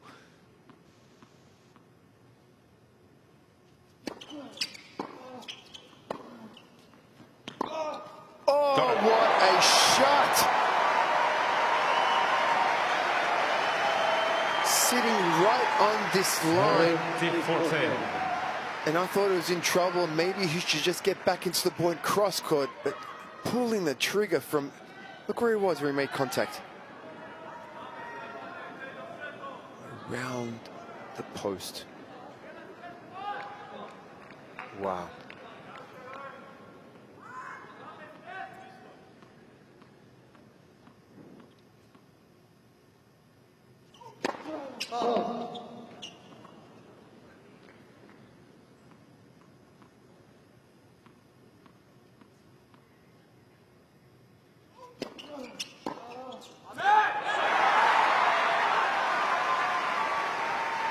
Yes. And Taylor just saying to himself, that was just a choke. You just pushed it.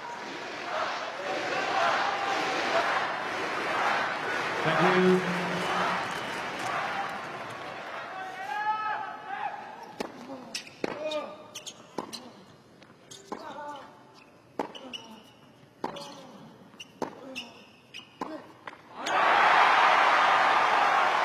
There's that flighted backhand you're talking about. He's done that over the last couple of games. In the previous returning game, he was throwing his backhand up there a lot more.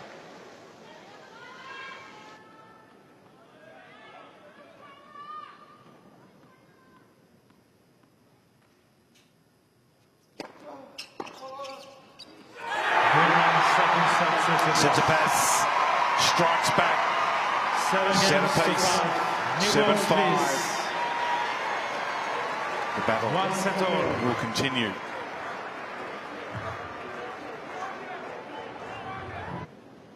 In front, I'll give you the number in a moment.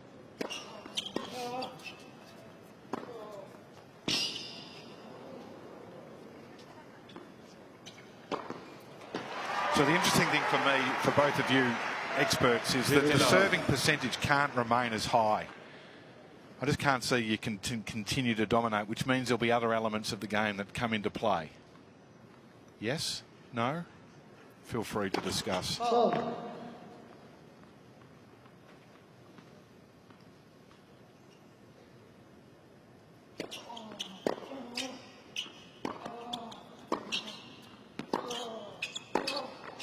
Even if they remain high, and they're very high now, but even if they remain high, yeah, there's always going to be other elements going to come into play and be 1 point here, 1 point there, which we saw again in that tiebreak and the end of that second set.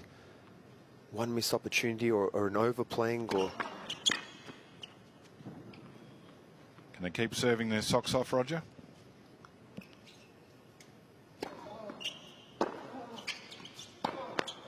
I think there'll be some different things. Taylor Fritz there stretching his legs, so the physicality comes into it. So as the match wears on, so once you get some physical duress, it can affect the numbers on serve. But I think they'll be at a very respectable number. Yeah. I don't think they're going to drop. I don't see both of these guys having a set where they're serving at 50% or 52%. But yeah, things will definitely shift though.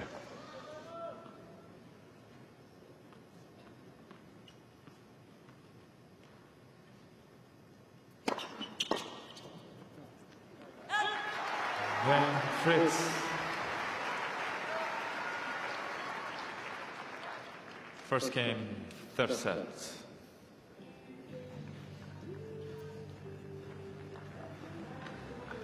And I think we saw at the back end of that that set as well, Tsitsipas was able to get a lot more balls back into play of the Taylor Fritz first serves as well. So the location may have strayed a little bit, and that caused a little bit of turbulence up his end.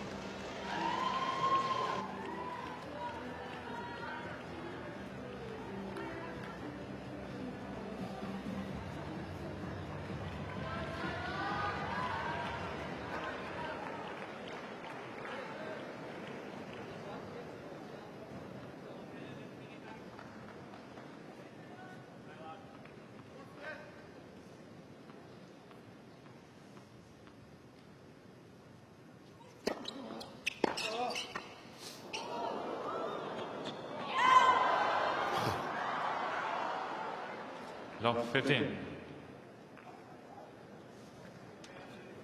I've got a question for you guys. Let's just say that was in and it had that much backspin and you couldn't reach over. Could he have been allowed to run around and hit it, or he has to make contact on his part and even jump over the net as long as he doesn't touch it? Love David to have a crack at this. Well, I actually think that chair's too close. We saw in a previous match here with Casper Ruud with the left-handed Cameron Norrie serving out to the had court. I'd like to see that chair back a little bit. 13. Yeah, I don't think you can go. I don't think you can track around the other side. And it would be funny though if you were allowed to. I worry about the little ledge on the chair because it's sharp. I'd like to see it back just a fraction.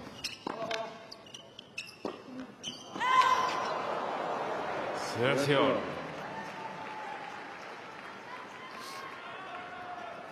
I'd actually like to see the net post on the actual singles line. No, there'd be so many balls around the net post during How good would it be? What a highlights reel.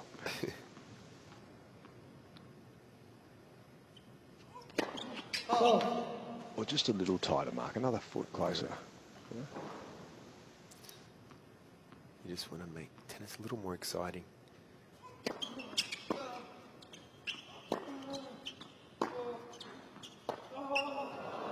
This is interesting. And 13, look 14. at the great angle, but that looked like it was an off-pace forehand with a lot more shape on the ball, and all of a sudden we got a miss hit from Steph. Yeah, we haven't had too many balls. I think Taylor Fritz has only done a couple of those type of shots, Mark. Yeah. Where he's thrown it up in the air and tested the high backhand. Easily his Weakest area. highest, yeah, and the highest one he's had.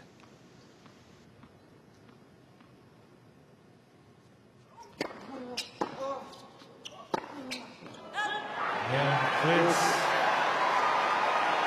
So that's been rare, the early break. First time we've seen it. That's just a loose His game. mind That is games a to very love. loose game. Winner of this match will play Novak Djokovic, who's had a very strong win over Adrian Manarino. Some interesting comments from Djokovic after the win. Apparently he didn't look 100% physically. Djokovic didn't? Yeah. Novak was struggling. I can tell by that 6-love, 6-love, 6-3 Well, scoreboard. Novak does seem sometimes look like he's suffering a little more than the scoreline would suggest.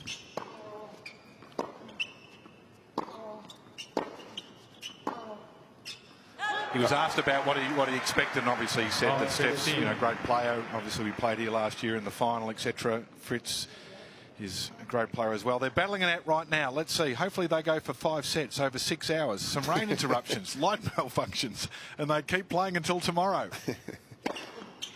15 We're on. not going to have any rain interruptions, but it was typical Novak.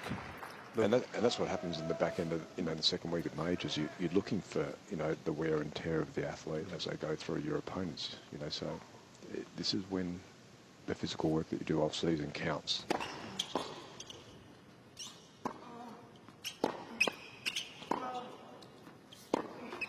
And we've always spoken about What does it take to win a Grand Slam? And a lot of, and this gets thrown around, but you don't realize how important it is. And it's luck. You need some luck in some way, whether it's an opponent playing 3 5-setters in a row, something happens, maybe you get a walkover, but that certainly helps.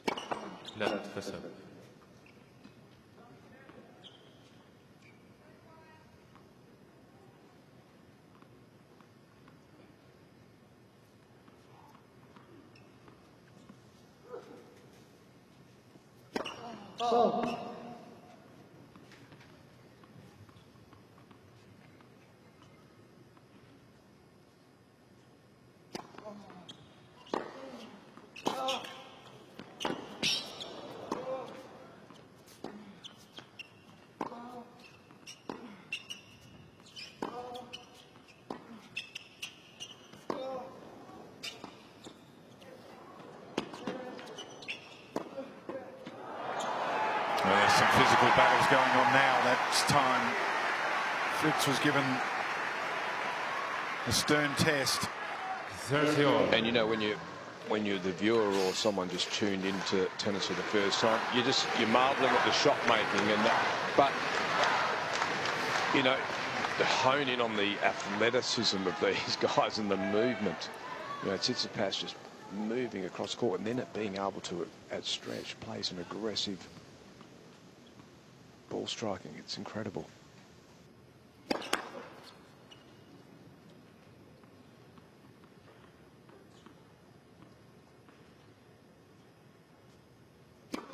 Oh. 30-40. So we have seen a little fatigue, haven't we, from both players. Tsitsipas, a loose game. Now, double fault brings up a break point.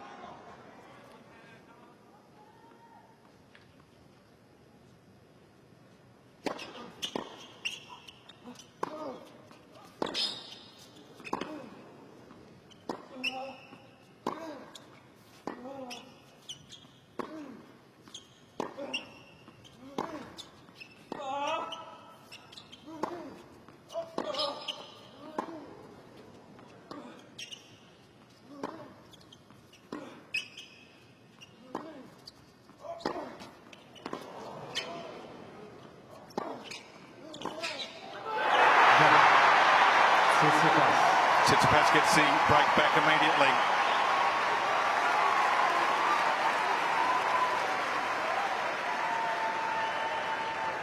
This is by 2-1.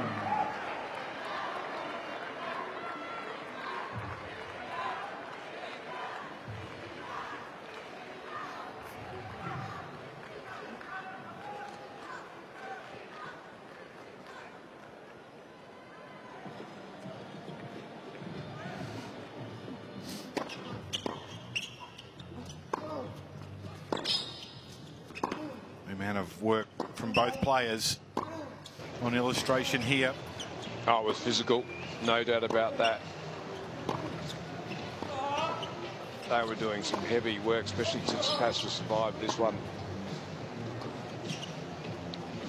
But I can tell you what, Taylor Fritz there's some physical pain going on at the moment through his legs. Not quite as moving as powerfully defensively. So that's a must watch.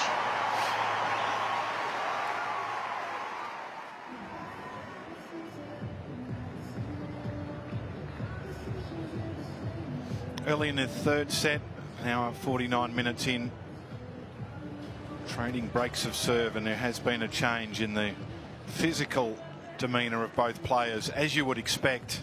They're just looking a fraction more weary than they were in the second set.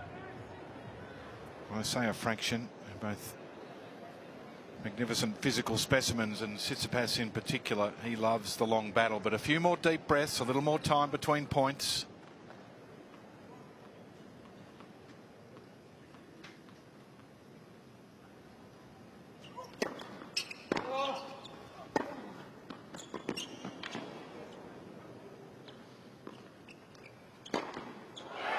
Mark, you've been deep inside the Tsitsipas camp. You've watched him train, you've seen him in action over these long 5-setters, but he's a glider, isn't he? I love the way he floats around the court and then all of a sudden presses the accelerator.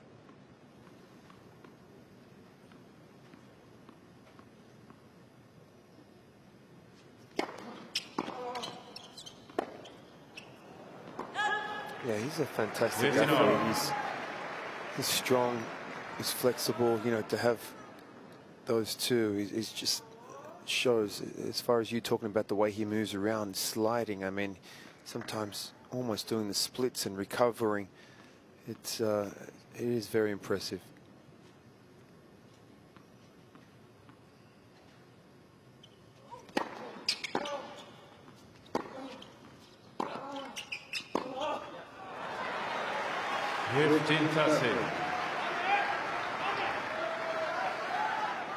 And all of a sudden the serves become more difficult to secure. No surprise. Which makes the returning game a focus.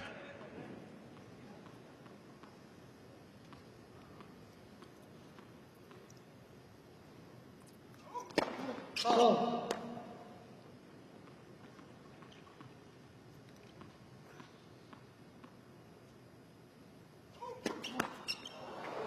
15-14. Guys, weird start to this third set. Very unusual. There was always going to be a flat spot, wasn't there?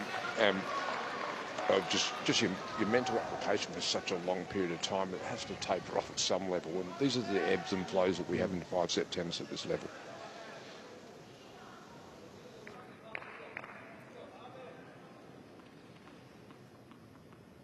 Examination warning, Mr. Tsitsipas.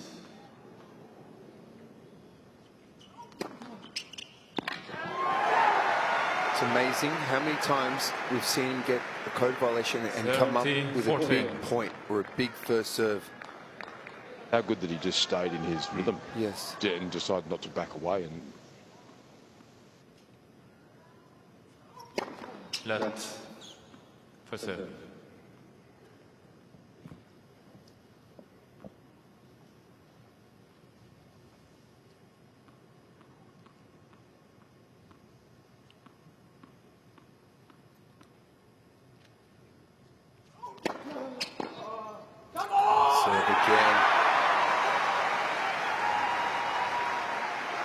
Yes.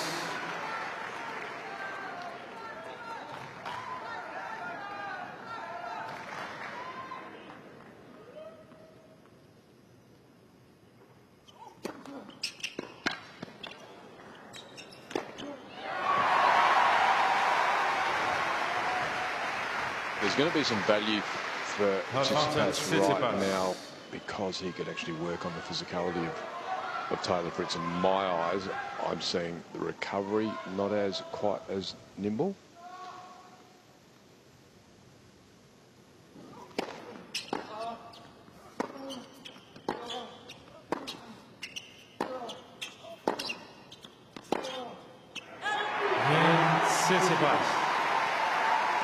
Defends 2 break points, holds serve.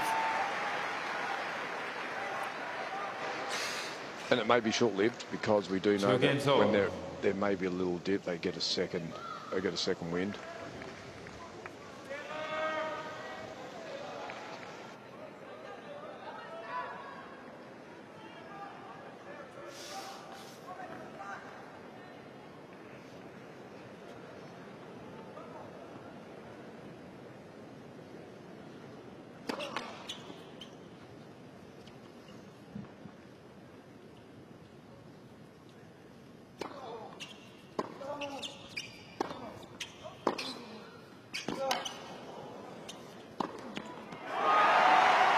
Again, the movement there at Tsitsipas on display.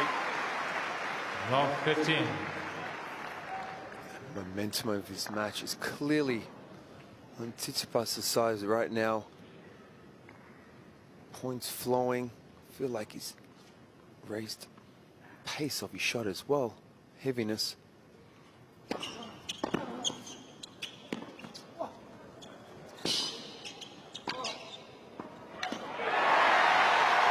more urgency. Not sure the scoreboard agrees with that to all.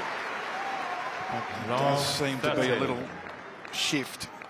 Certainly a change in the way the game's being played after the serve. Such a dominant feature in the opening 2 sets. A little more going on now.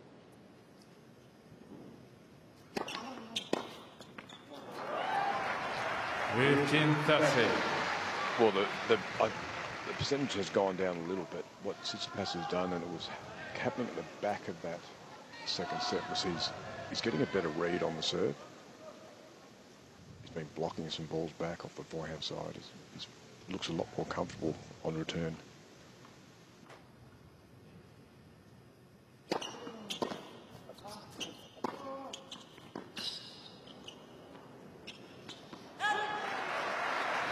Be interesting to see whether Taylor Fritz decides to go a little bigger off the back of the court as well.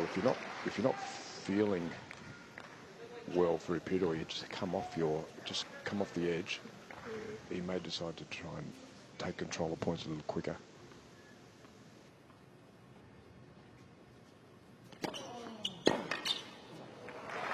Does that work though against Tsitsipas, Roger, who likes a shootout from the back? Yeah, I think so. He won't be hitting out of his comfort zone, so he's got big ball striking capability, so it's not really him leaving his comfort zone.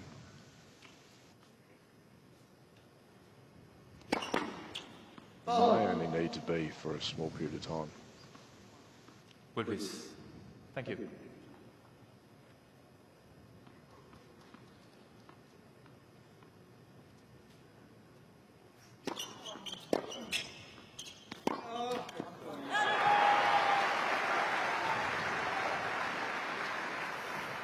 Yes.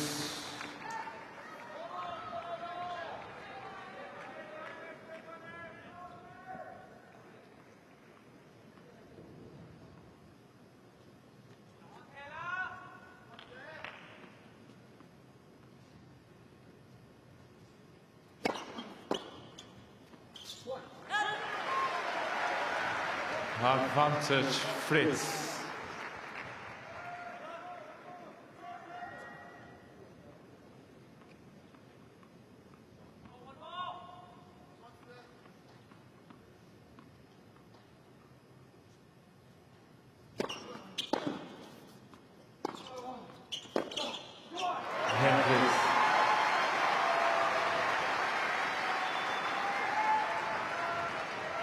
Fritz is by 3 games to 2.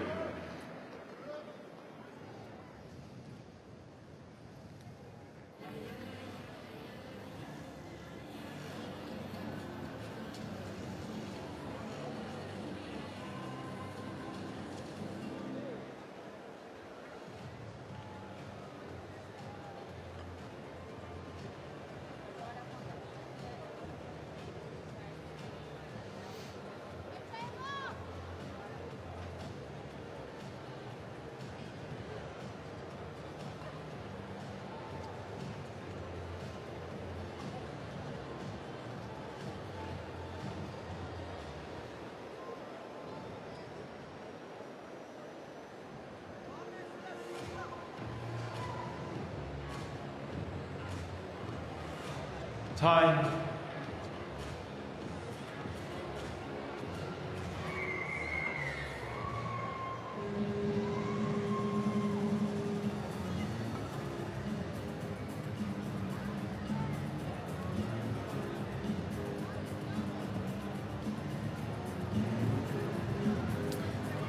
So what's interesting is with that, the roofs are open, but not for John Cain Arena.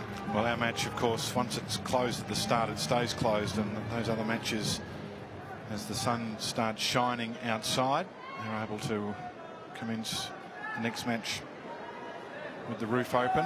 Margaret Court Arena about to get back into operation. They moved a doubles match on to Rod Laver after both of those singles encounters finished pretty swiftly. Issue here. Ignacio Forcadell Gil out of the chair just to check the height of the net.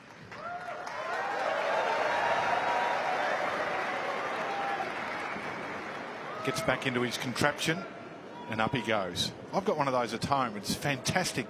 Sit in the lounge room, just elevate yourself back up to the roof. That's the way you get upstairs. You're not quite that old just yet.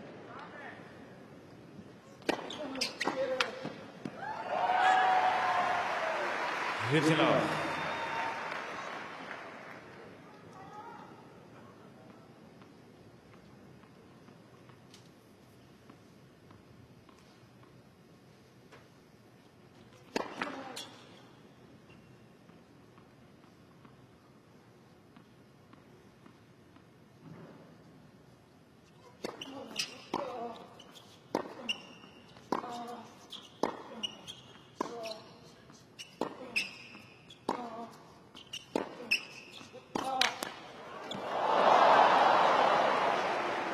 Lifting on.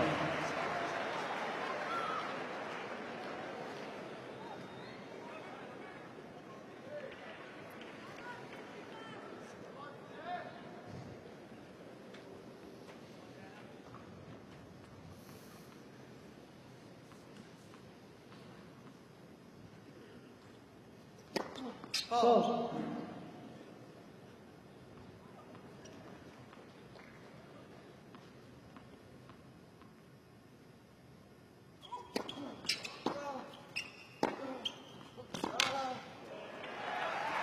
And Tsitsipas is doing a lot better job with his backhand. He's got it with more flight, so it's generating a bit more depth, but it's a better ball that comes onto the Fritz racket, I think. What he's doing right now, which is nice, is hitting the outside of the ball in the backhand, where at times he comes right off the ball. So he's accelerating from the outside.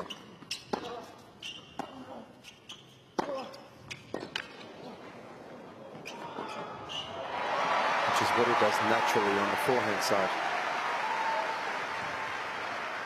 30-all.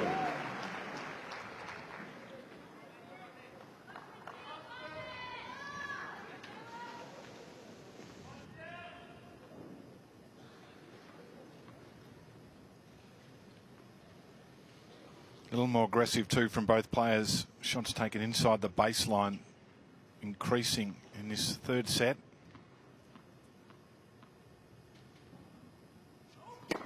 Four.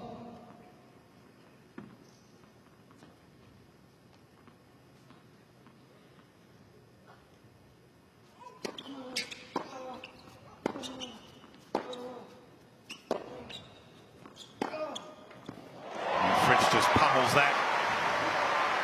Brings up a break point. That's impressive because, yep, it's a lot easier on the backhand side to be able to smother a ball, but just to step in and take this one on the rise and hit this for a cold winner. Yeah, look where he was. Made it behind the baseline. Because that was a good backhand from Steph. I thought it was a very safe backhand. Gave him height, kind of what he's looking to do. Incredible shot in 30-all. Four.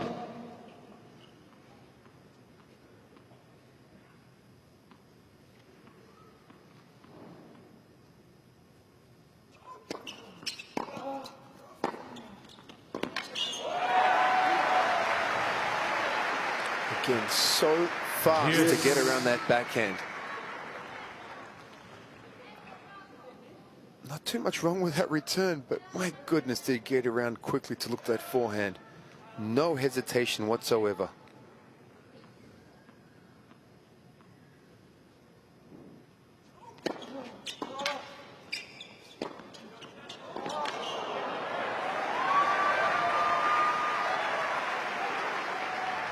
Vanter Tsitsipas.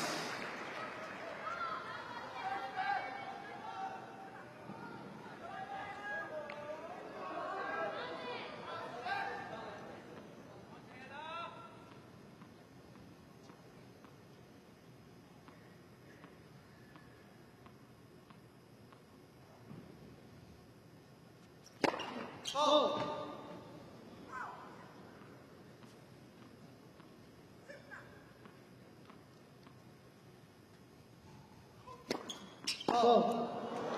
Yes.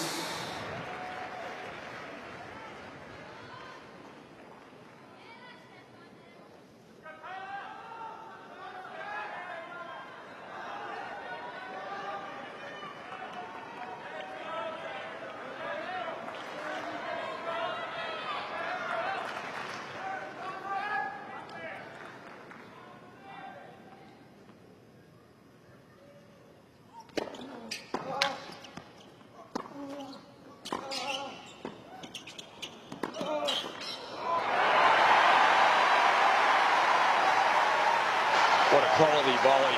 The movement, yep, we understand the movement, but you've got to hit in fair to the court that gives you the best opportunity, and it was this volley here. It goes inside out into the short part of the court, so it stays low and moves away from Fritz, and then he covers the right spot. Gotta love that.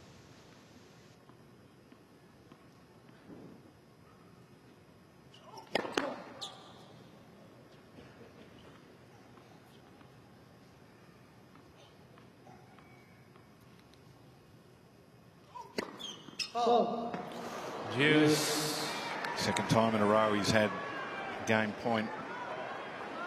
Served a double fault. And I'm not sure why he feels the pressure to do anything else except serve into that body backhand. Fritz has mainly be going back into the backhand side. I would redirect and go down the line if I was Fritz. But it's unusual that he's gone big in those areas.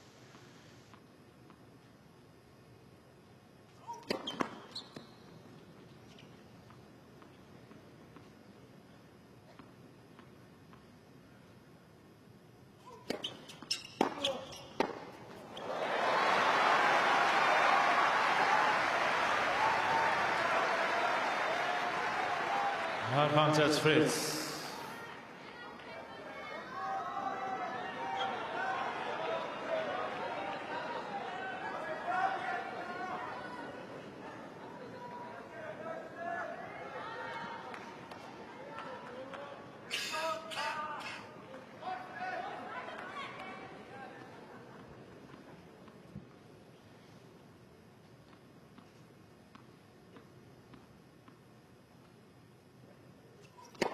Fault.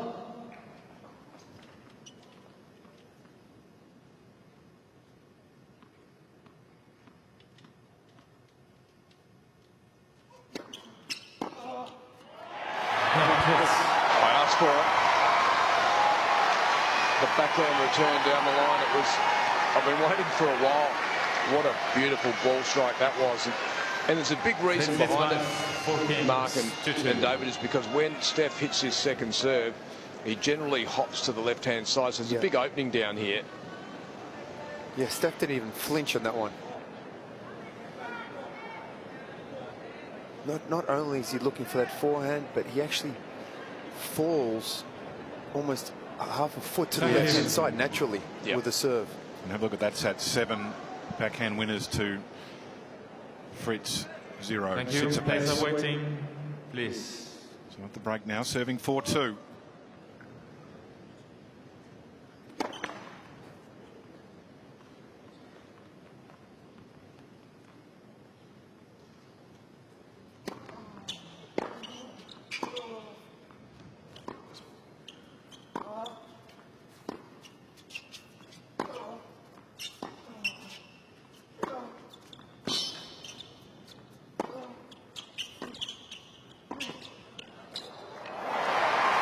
Yeah, no, you cannot hit a sliced passing shot.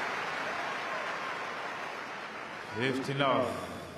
Isn't it interesting because, you know, as difficult as this early part of the third set's been holding his serve, but you felt like Tsitsipas had some good momentum. He throws in those double faults and gets himself in trouble.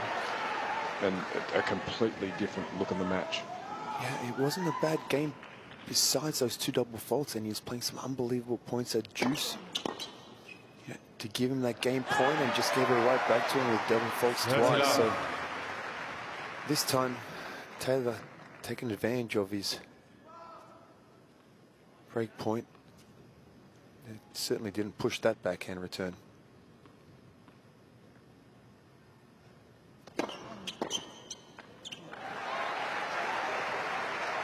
It's amazing how quickly momentum shifts. And it's also, too, Roger, you'd get a good read of this, is the body language right now, the energy coming out of Steph, comparison to what it was like a minute ago. Flat. Yes. Shoulders are slumped.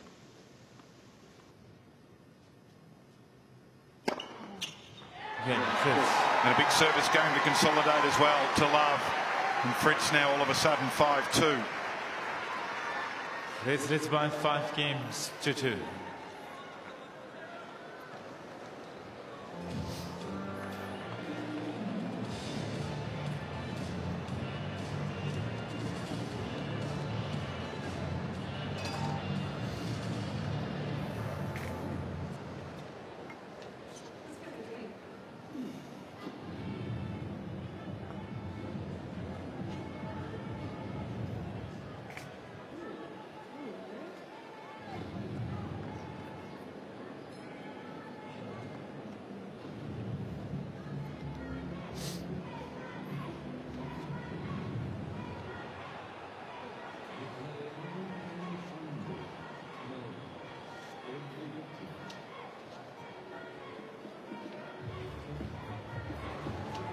Time.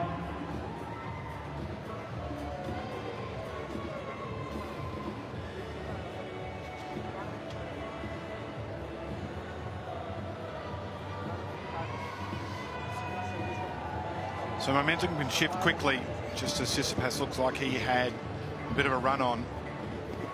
Fritz has defended well and then was able to break the serve of Stefanos Tsitsipas previous service game after trading breaks in the second and third game. So now 5-2, just the one break of serve, but Tsitsipas now will need to hold serve to stay in this third set.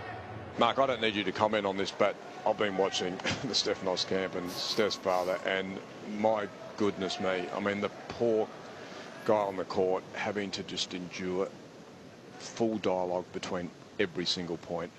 It cannot be healthy, and it can't be doing him any good. I mean, there's only so much you can take in, and you said yes, he does a good job of blocking things out, but I'm sorry, it's very hard to block something out that's coming so thick and fast after every single point. Anyway, we'll see how it unfolds, but I'm tired listening to it.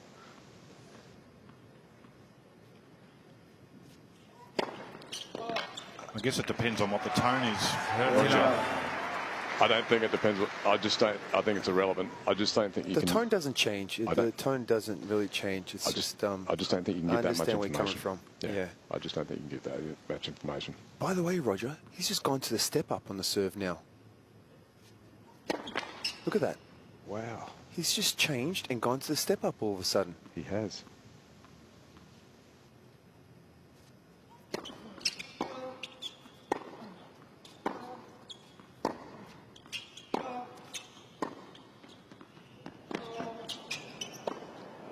I mean, there's nothing wrong with his serve. I mean, he just a couple of double faults that he just went for that went on. That's just, here we go, look at it now in the slow-mo.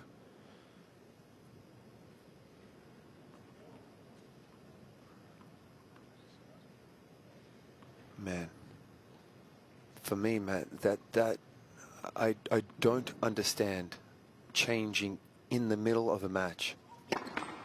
Like, I'll ask you this, is that an instruction from the group? Probably. I have no idea. But there's another couple things that should be, as far as priority, ahead of doing a step up on the serve, you know, game-wise. Yeah, I agree. Holds there. What's his percentage on serve? We know he served a couple of doubles in critical moments. For the match, it's 63, but this set is 57. It has dropped in this set. And we had 2 double faults so far in this set, and they were both on that game point. So just explain the difference. What did he do differently? He has a platform serve normally. It's his natural serve, and now he's stepping up, where that means he's putting his back foot up together as he steps into the serve instead of just staying with that platform. Keep an eye on that. At the moment, though, Fritz serving for the set.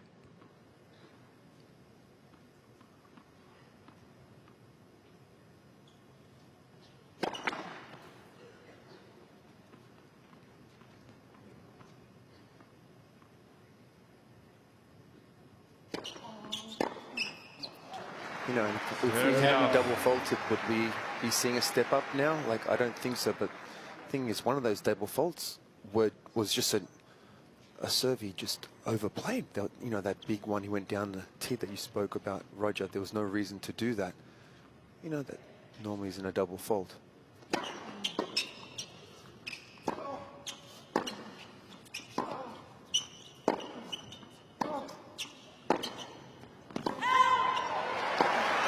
A little frustration. 3 set points.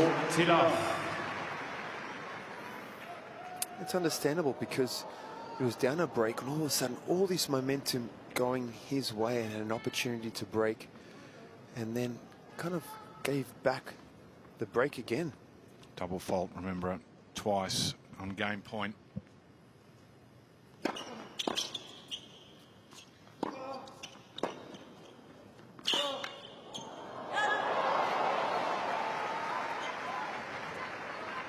(40-13).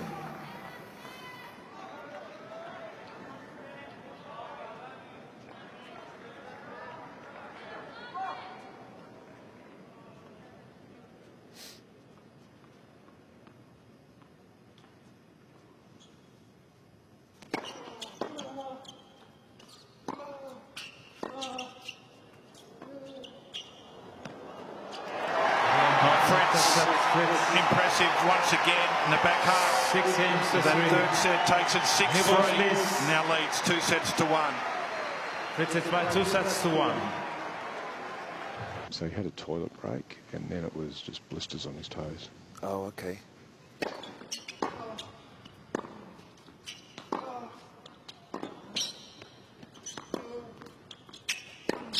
So nothing to do as far as quads or anything like that, Roger? Long 15. No. Why wouldn't you have that then? Well, he was in the toilet having a break. Oh, okay. So, fair enough. I mean, do you want to know anything else? No, that's... Yeah, sorry. I I came to you with the info pretty quick. Yeah, you did. I don't know. Jeez. Very impressive. David here's next to me. He's got 25 screens next to him, and he's still haven't said anything.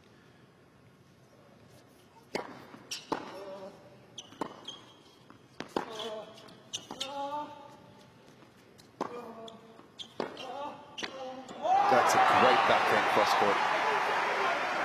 I'm sorry, I have to take my headphones off because Adam Peacock is going to do the post-match interview here, and he's just brought the jar of Vegemite up. It's early days. Just to show me that it's ready. Because let's not get carried away. It's early days. I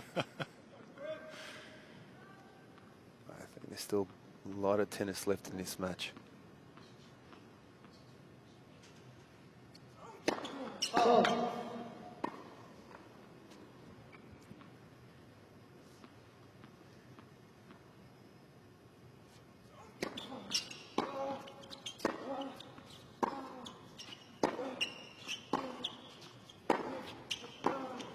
That's huge.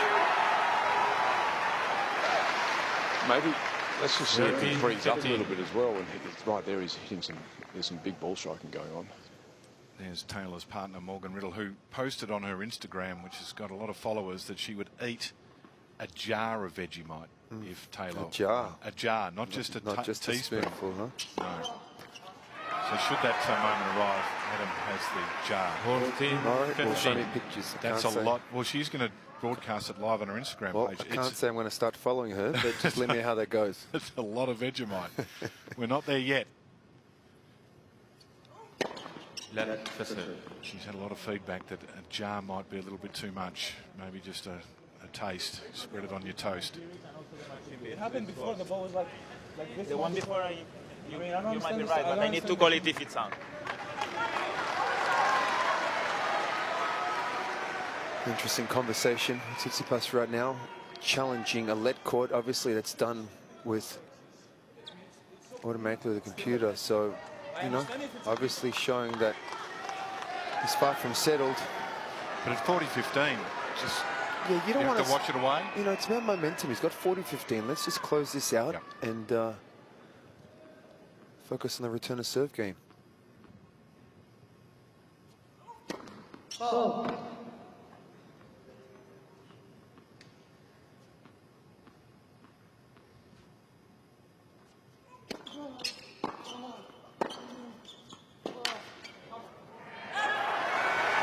Tsitsipas. So First game, Tsitsipas fourth wins set. the opening game of the fourth set. He's continuing to stay with that platform serve. Sorry, the step-up serve, Roger, looks like. Yeah. And how long do you think will he carry that on for the rest of the match, in your opinion? I have no idea. You know, it's the first few matches, a couple of matches that I called, he was changing it every serve. Like there was games he would do one way, games the other. He would do first serve with the platform, second serve with the step up, vice versa. The third match, I think, was he did not use the step up at all, just a normal platform, and now we just started the step up once he got broken. It's a great effort to be able to mix it up like that. Yeah. I mean, most people It's not easy. Never be able to do that.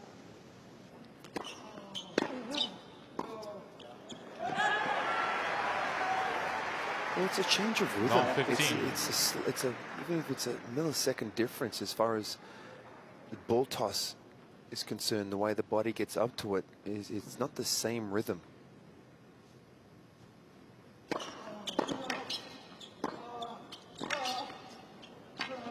No way.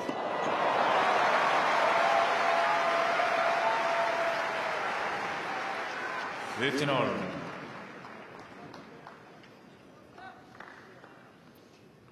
There we go, showing footage of Taylor talking about his quad, his left quad, and stretching it and hitting it with his racket, trying to keep it loose. Fault.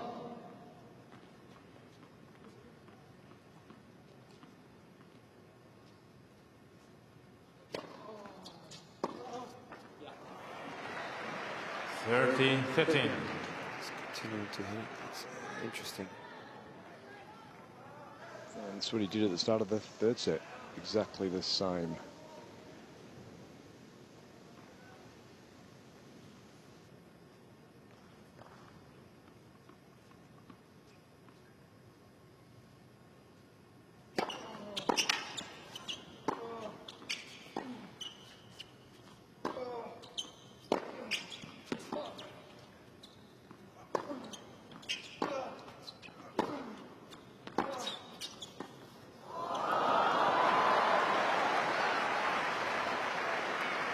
There's some serious depth in that point. 15.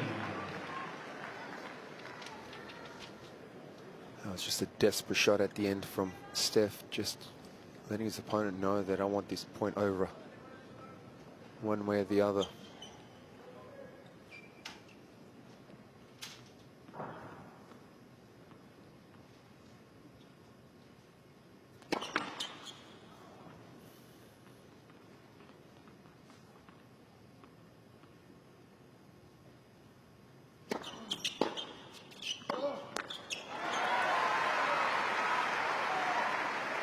Forty-30.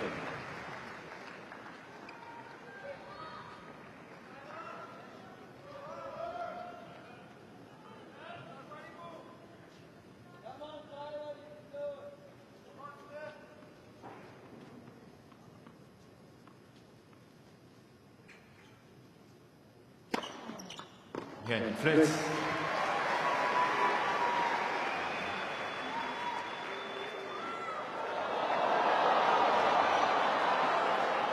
Wow. That's got to be a millimeter. One game all. Yeah, 1 millimeter in.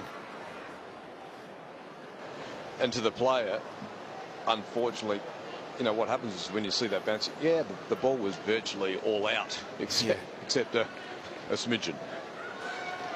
So, but it's hard for the player Thank you. to accept that.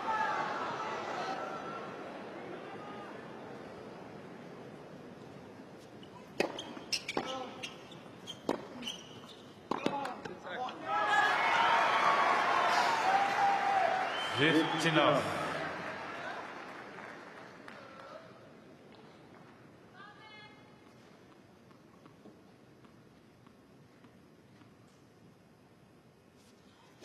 Fault.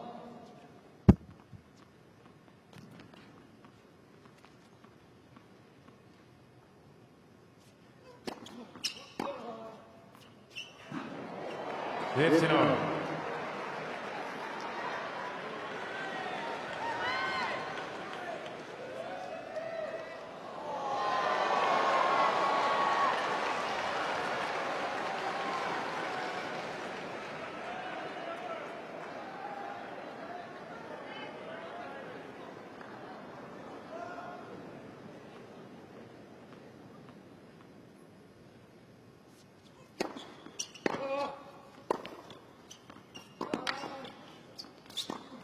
That's a smart shot.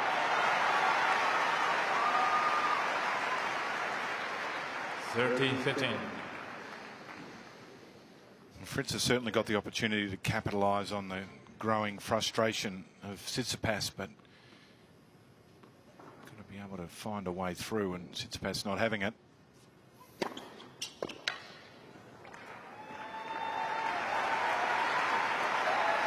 This is good from Tsitsipas because he must keep 15. good energy.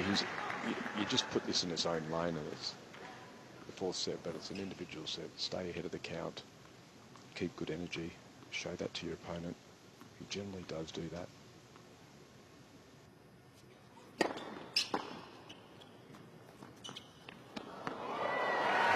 Tsitsipas holds his serve on serve in the fourth set and leads 2-1. Tsitsipas leads by 2 games to 1.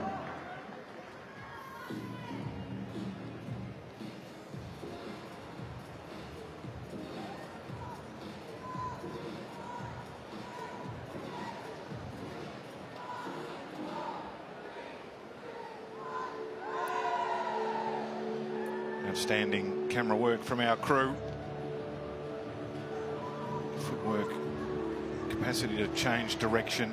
No wonder you get some blisters. You get more than that. Shoes take a beating.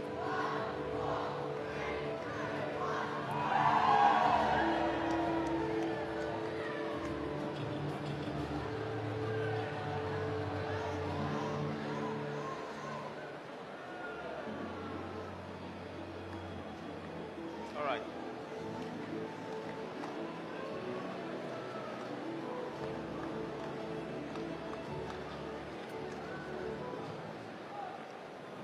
Time.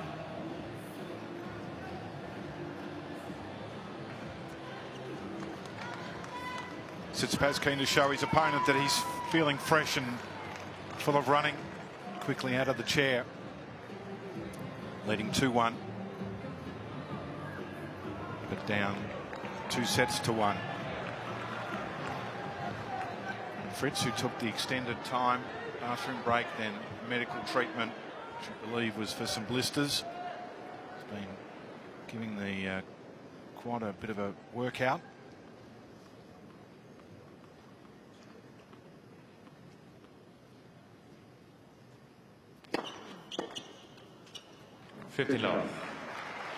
Question without notice to both of you. Are players allowed to take a massage gun out into the court if you wanted to take your own device? I couldn't see why not. I'm not sure. Roger? I'm just asking the tournament referee. Yeah, good question. I was just right next to you? Yeah. Live ruling on the run here. I'm saying no. Why not? That's an interesting question, though. 40 love. Because those things work. You get a little niggle. Here we go. Well, I think at the end of the day, yeah, if you can take whatever tools you want, but you've got to do it yourself at the change of events. Of course. No, I know that, but you're allowed to, he's saying? Yeah. Okay, I'm having one in my bag. She's lucky it wasn't available with Mark. Mark loved the gadgets. Oh, but it, you know, he's really talking about the quad. I mean, doing that for 30 seconds with the little one and the... It wouldn't hurt, that's for sure. It can only help. Maybe we'll see it in the future.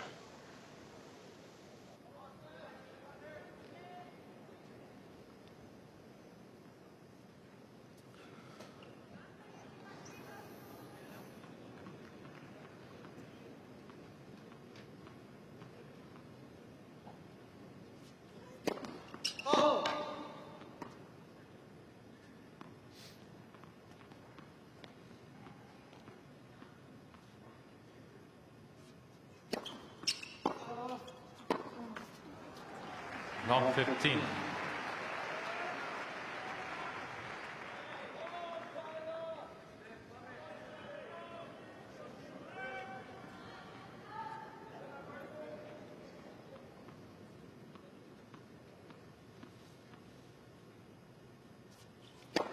Foul.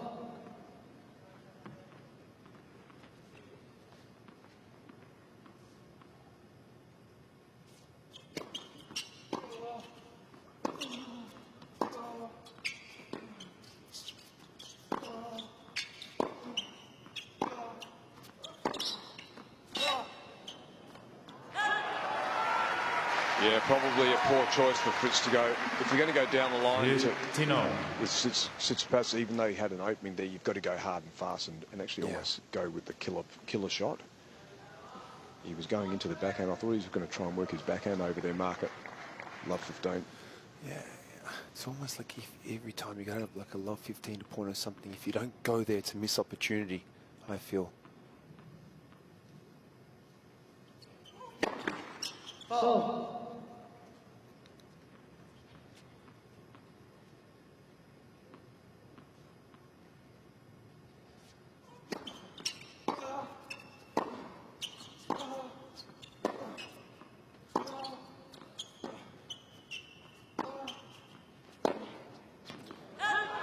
And that's why. Yeah. You've got to build tension in the weakest area, I think. And again, it's not like it's a bad shot. It's just that compared to his forehand, you wouldn't even, you know, you'd go there all day long because his forehand is that good. Well, you want to challenge Tsitsipas to play a big shot and be creative off that backhand side under pressure.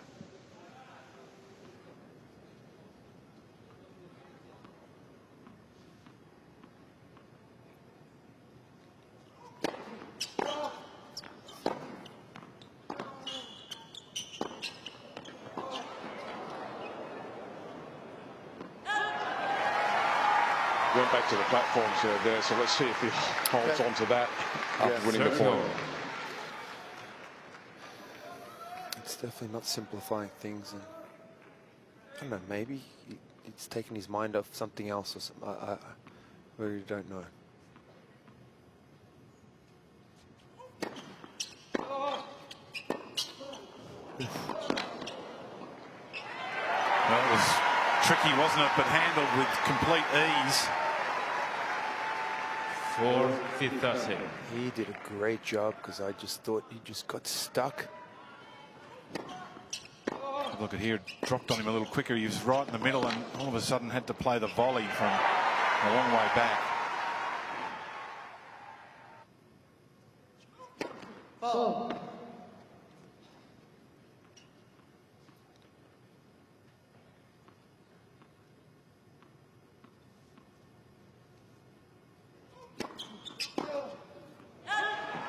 Tsitsipas. So Tsitsipas holds serve. And once again, tight in the middle stages. He leads 3-2. Tsitsipas leads by 3 games to 2.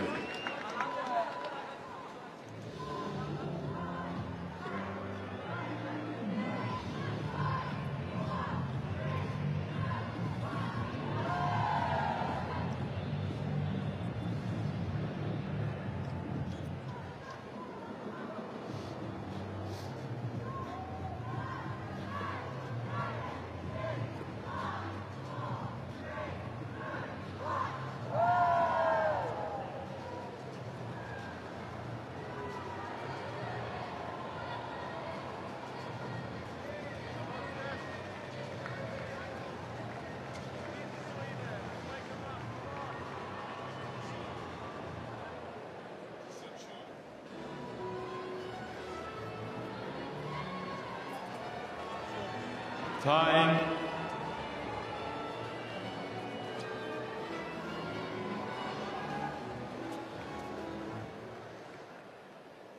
Full house on John Cain Arena. Spectators on Garden Square Grand Slam Oval. A little overcast today. We had some rain early and hence the roof here is shut. It's open on Margaret Court and on Rod Laver Arena as those matches ended, and tournament officials confident enough that the rain was going to stay away, but we have had the roof shut for the 2 hours and 45 minutes of the duration here.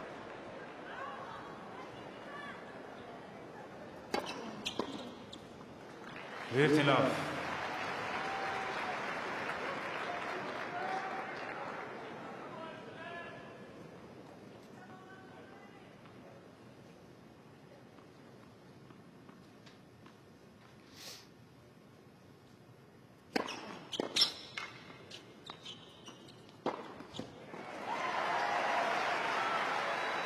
Love.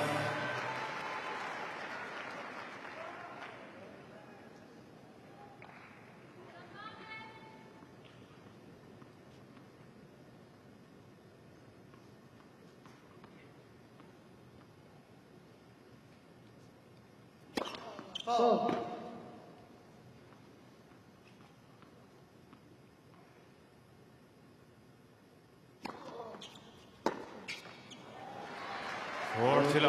Once again, the service percentage back up for Fritz. 89% when the first serve goes in. For the match, it's 86%. It's been impressive, both players.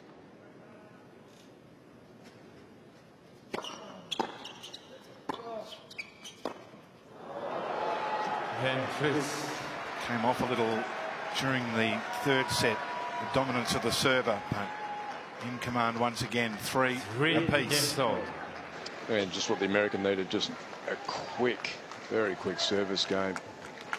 Throw the balls down the other end. This is where it gets a bit nice and juicy.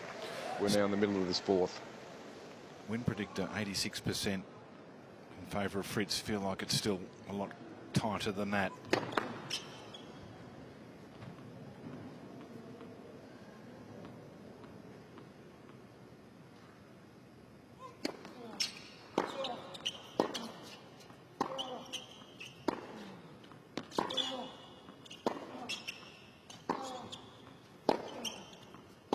Oh, that was money. At the end of that closing game, Mark, and David Taylor looked at his team and he was really you could see he was pushing fist pump and said, let's go, this is it, come on. Once again, we've rarely seen the first point taken away from the server.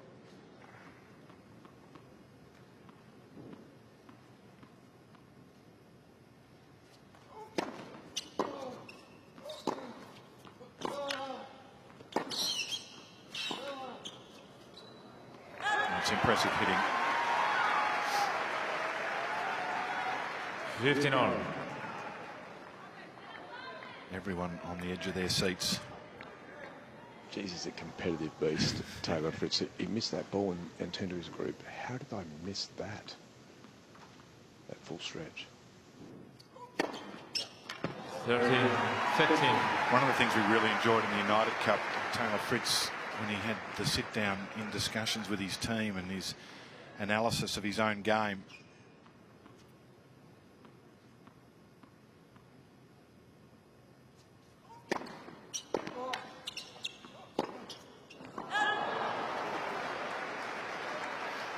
Sergio.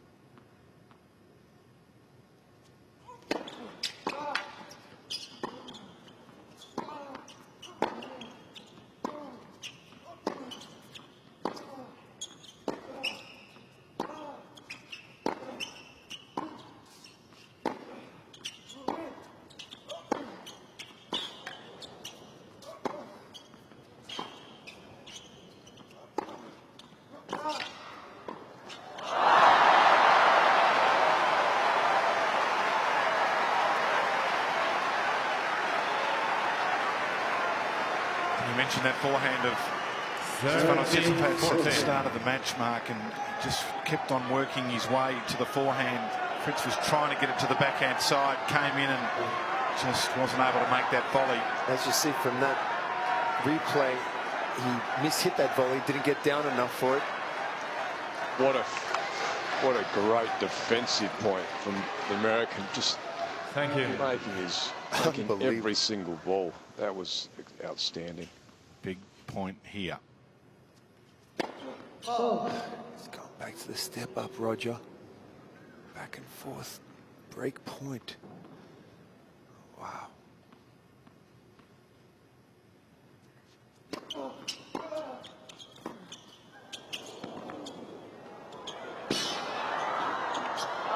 Fritz has got it. He breaks serve. He breaks the match open. He leads at 4-3. This is by 4-3. Just the little moments. We've talked about it for nearly 3 hours. And the blisters on the left foot just a little tight in the shoe. You would not know that he's got blisters. You wouldn't know that there's something wrong with his quads or a little tightness, because that movement on the point before this was unbelievable. And what touch! Just to hold his, the mind and just not rush and stay calm and go back behind his opponent.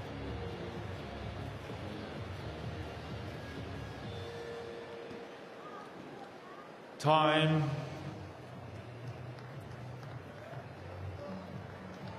Yeah, it's just giving his feet some breathing space. These days when you're playing with tennis shoes, they're incredibly tight. Normally, not only do you tie up the laces tight, you're wearing 2 socks, and tennis players do not have the prettiest feet. Okay, Particularly if you've got a wide foot, you need to make sure that your shoes have got a little bit of stretch and they can get a little tight. So Fritz just had the shoe off during the break just to give a little breathing space. He doesn't want to give his opponent any here, though. And the way these guys move side to side and sliding on hard court is incredible. With the break.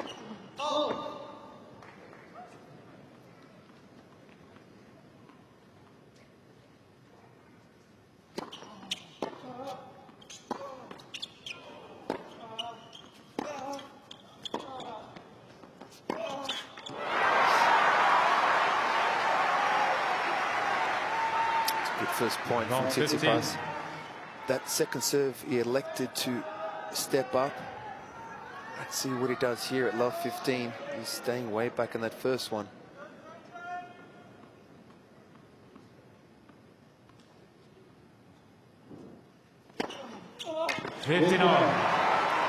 That's just too good. 206 miles an hour right in the corner.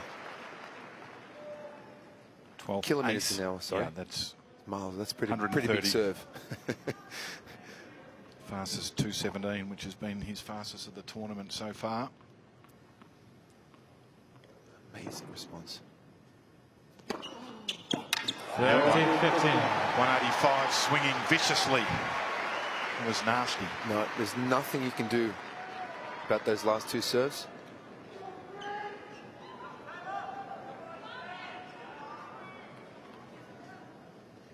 That was a big slider at 185 to get that angle.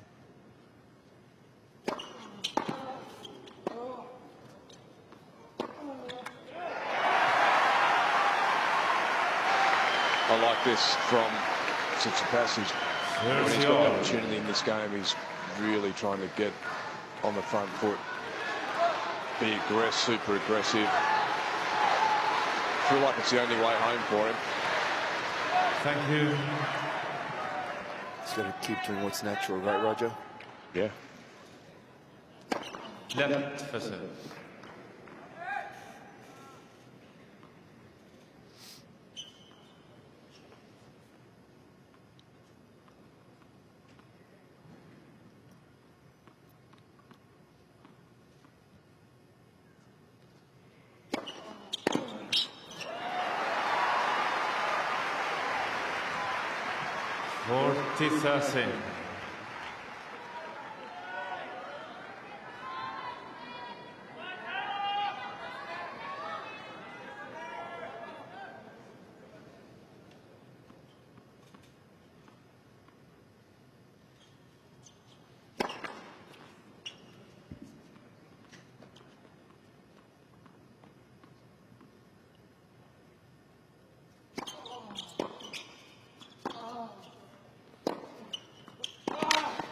No way.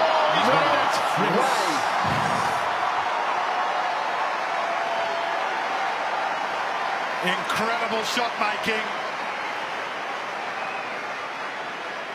And Taylor Fritz, who's never been to the quarterfinal of the Australian Open, he's never beaten a top 10 player in a Grand Slam, has produced an absolute bullet to be just a game away.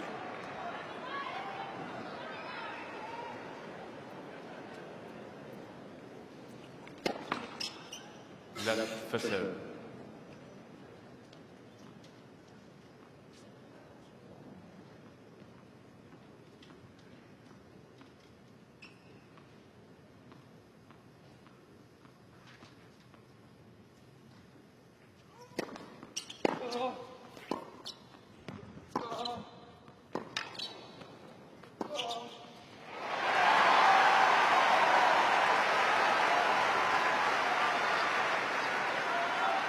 Long 15.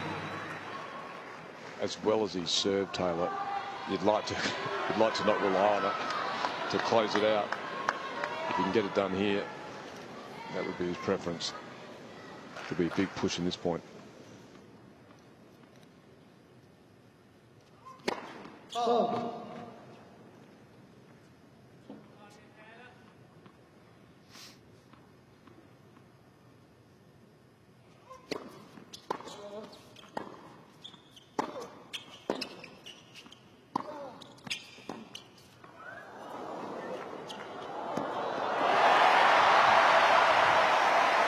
He had a play on that.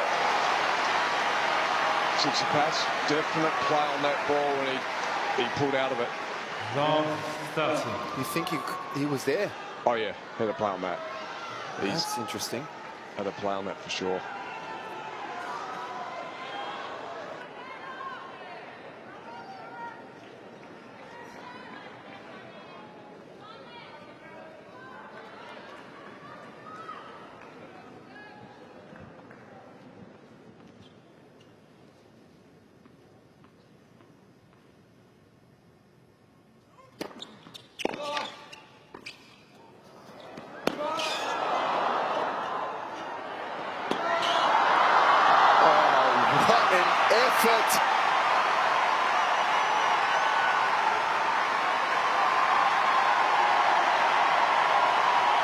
I mean, that was some good volleys from Steph, but my goodness, I'm sorry. The movement and effort from Fritz to get to these balls.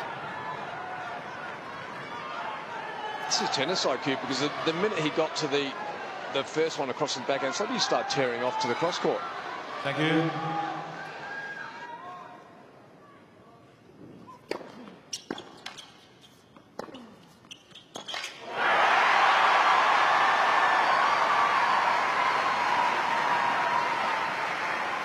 I mean, 30-all guys, and these 4 points have been incredible.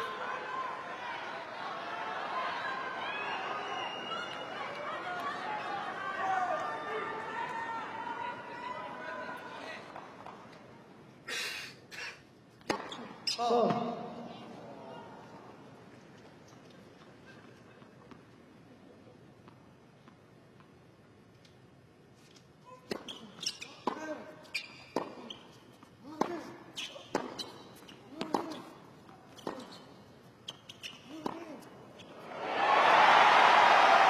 That shot has just been on fire. 30-14. And he's used it more and more as the match has worn on. He's exposed that area of the court, but you've had to go there hard and fast, and he's done it so successfully. After exactly 3 hours, Thank you. we have match point.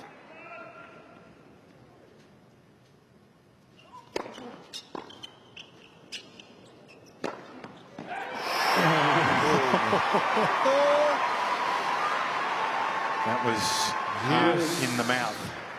Was because everybody in the arena is looking at it, because it went slowly. It was almost like it was in slow motion as you were waiting for it. Look, there it is. Well, it was in quite comfortably. Inside the line, yeah.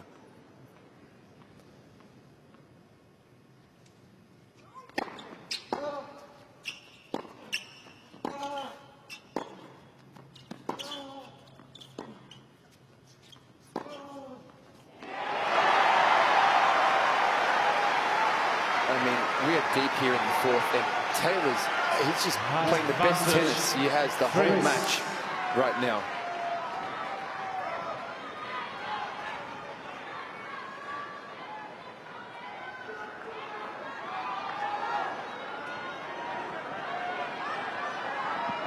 Second match point.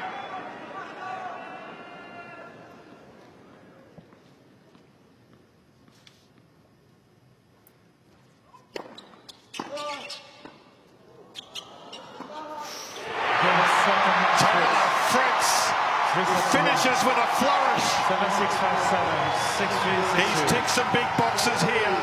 He goes to the Australian Open quarterfinals for the first time. He beats a top 10 opponent in a Grand Slam for the first time. And he sets up a matchup with Novak Djokovic, who he's never beaten. But he gets the chance, and it's well deserved.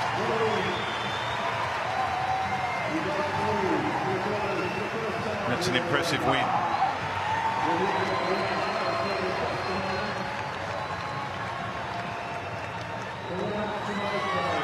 Just over 3 hours. 7-6, 5-7, and then 6-3, 6-3. Tsitsipas bids the adoring Greek fans adieu. But what about the finish of Fritz? You said it, Mark, he played his best tennis in the last 10 minutes. I mean, that was an impressively high quality match, but he just took it to another level those last few games. I mean, my goodness, that tennis at the end was unbelievable.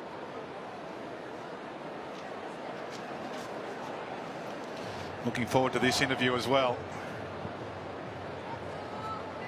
It's a jar of Vegemite out there. That jar, that was a big boast. Hey, listen, if your partner makes in the quarterfinals, you got to eat that jar now. You've got to, yeah. That might have been the inspiration. Might get a couple more followers now.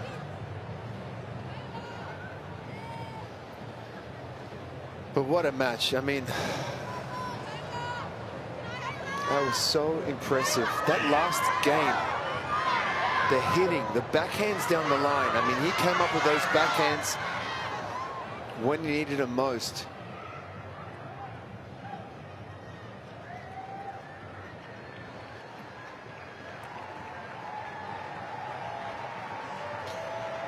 So let's go down to Adam Peacock, who's with the winner, Taylor Fritz. Impressive. Taylor, that was a monumental contest between you two. I think everyone inside the stadium, anyone watching, really enjoyed the level of tennis. What got you through? Just really trusting my shots. I think I served well the whole match. It kept me in it. There was some games he was in where I was able to just get out of him with my serve, and then at the very end when I really needed it, I feel like I turned it up a level and started playing my absolute best tennis to finish it. Hard to disagree. You said at the end there, you pointed to your people up there and said, "I told you." What did you tell them? I told them I was going to win. My girlfriend thought I was too confident going into the match. Well, she was along the lines of putting herself out there on Instagram. It's Morgan up there. Said, if Taylor wins again, I'm going to eat a jar of Vegemite on Instagram Live. That's a big jar. That is a big jar, That's a big jar. But a bet's a bet. Yeah, this is a big jar, but no. Yeah. It's going to be on Instagram Live. Are you going to join in, or are you just going to watch? I won't be partaking, but I'll make sure it happens. Have you ever tried that stuff? I have, yeah. And there won't be a second time, I'm guessing. I wasn't the biggest fan, no. We'll get away from disrespecting Australian icons and get on to...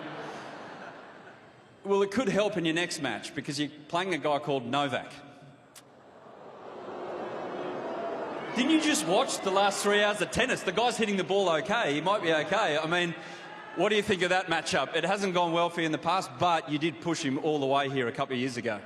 Yeah, I think, I mean, a lot of these matchups are when I was a bit younger. I think I'm, you know, since I've improved, become a better player, the times I've played him since, I just haven't really brought my best level, you know, and you need to if you're gonna compete with someone like Novak. So gonna have to serve like I did today, but I feel confident if I'm able to play like I did today, then I'll have a chance. Outstanding, mate. Well done today. Good luck in the next round, and look forward to seeing Instagram Live of Morgan a bit later on. Taylor Fritz, everyone.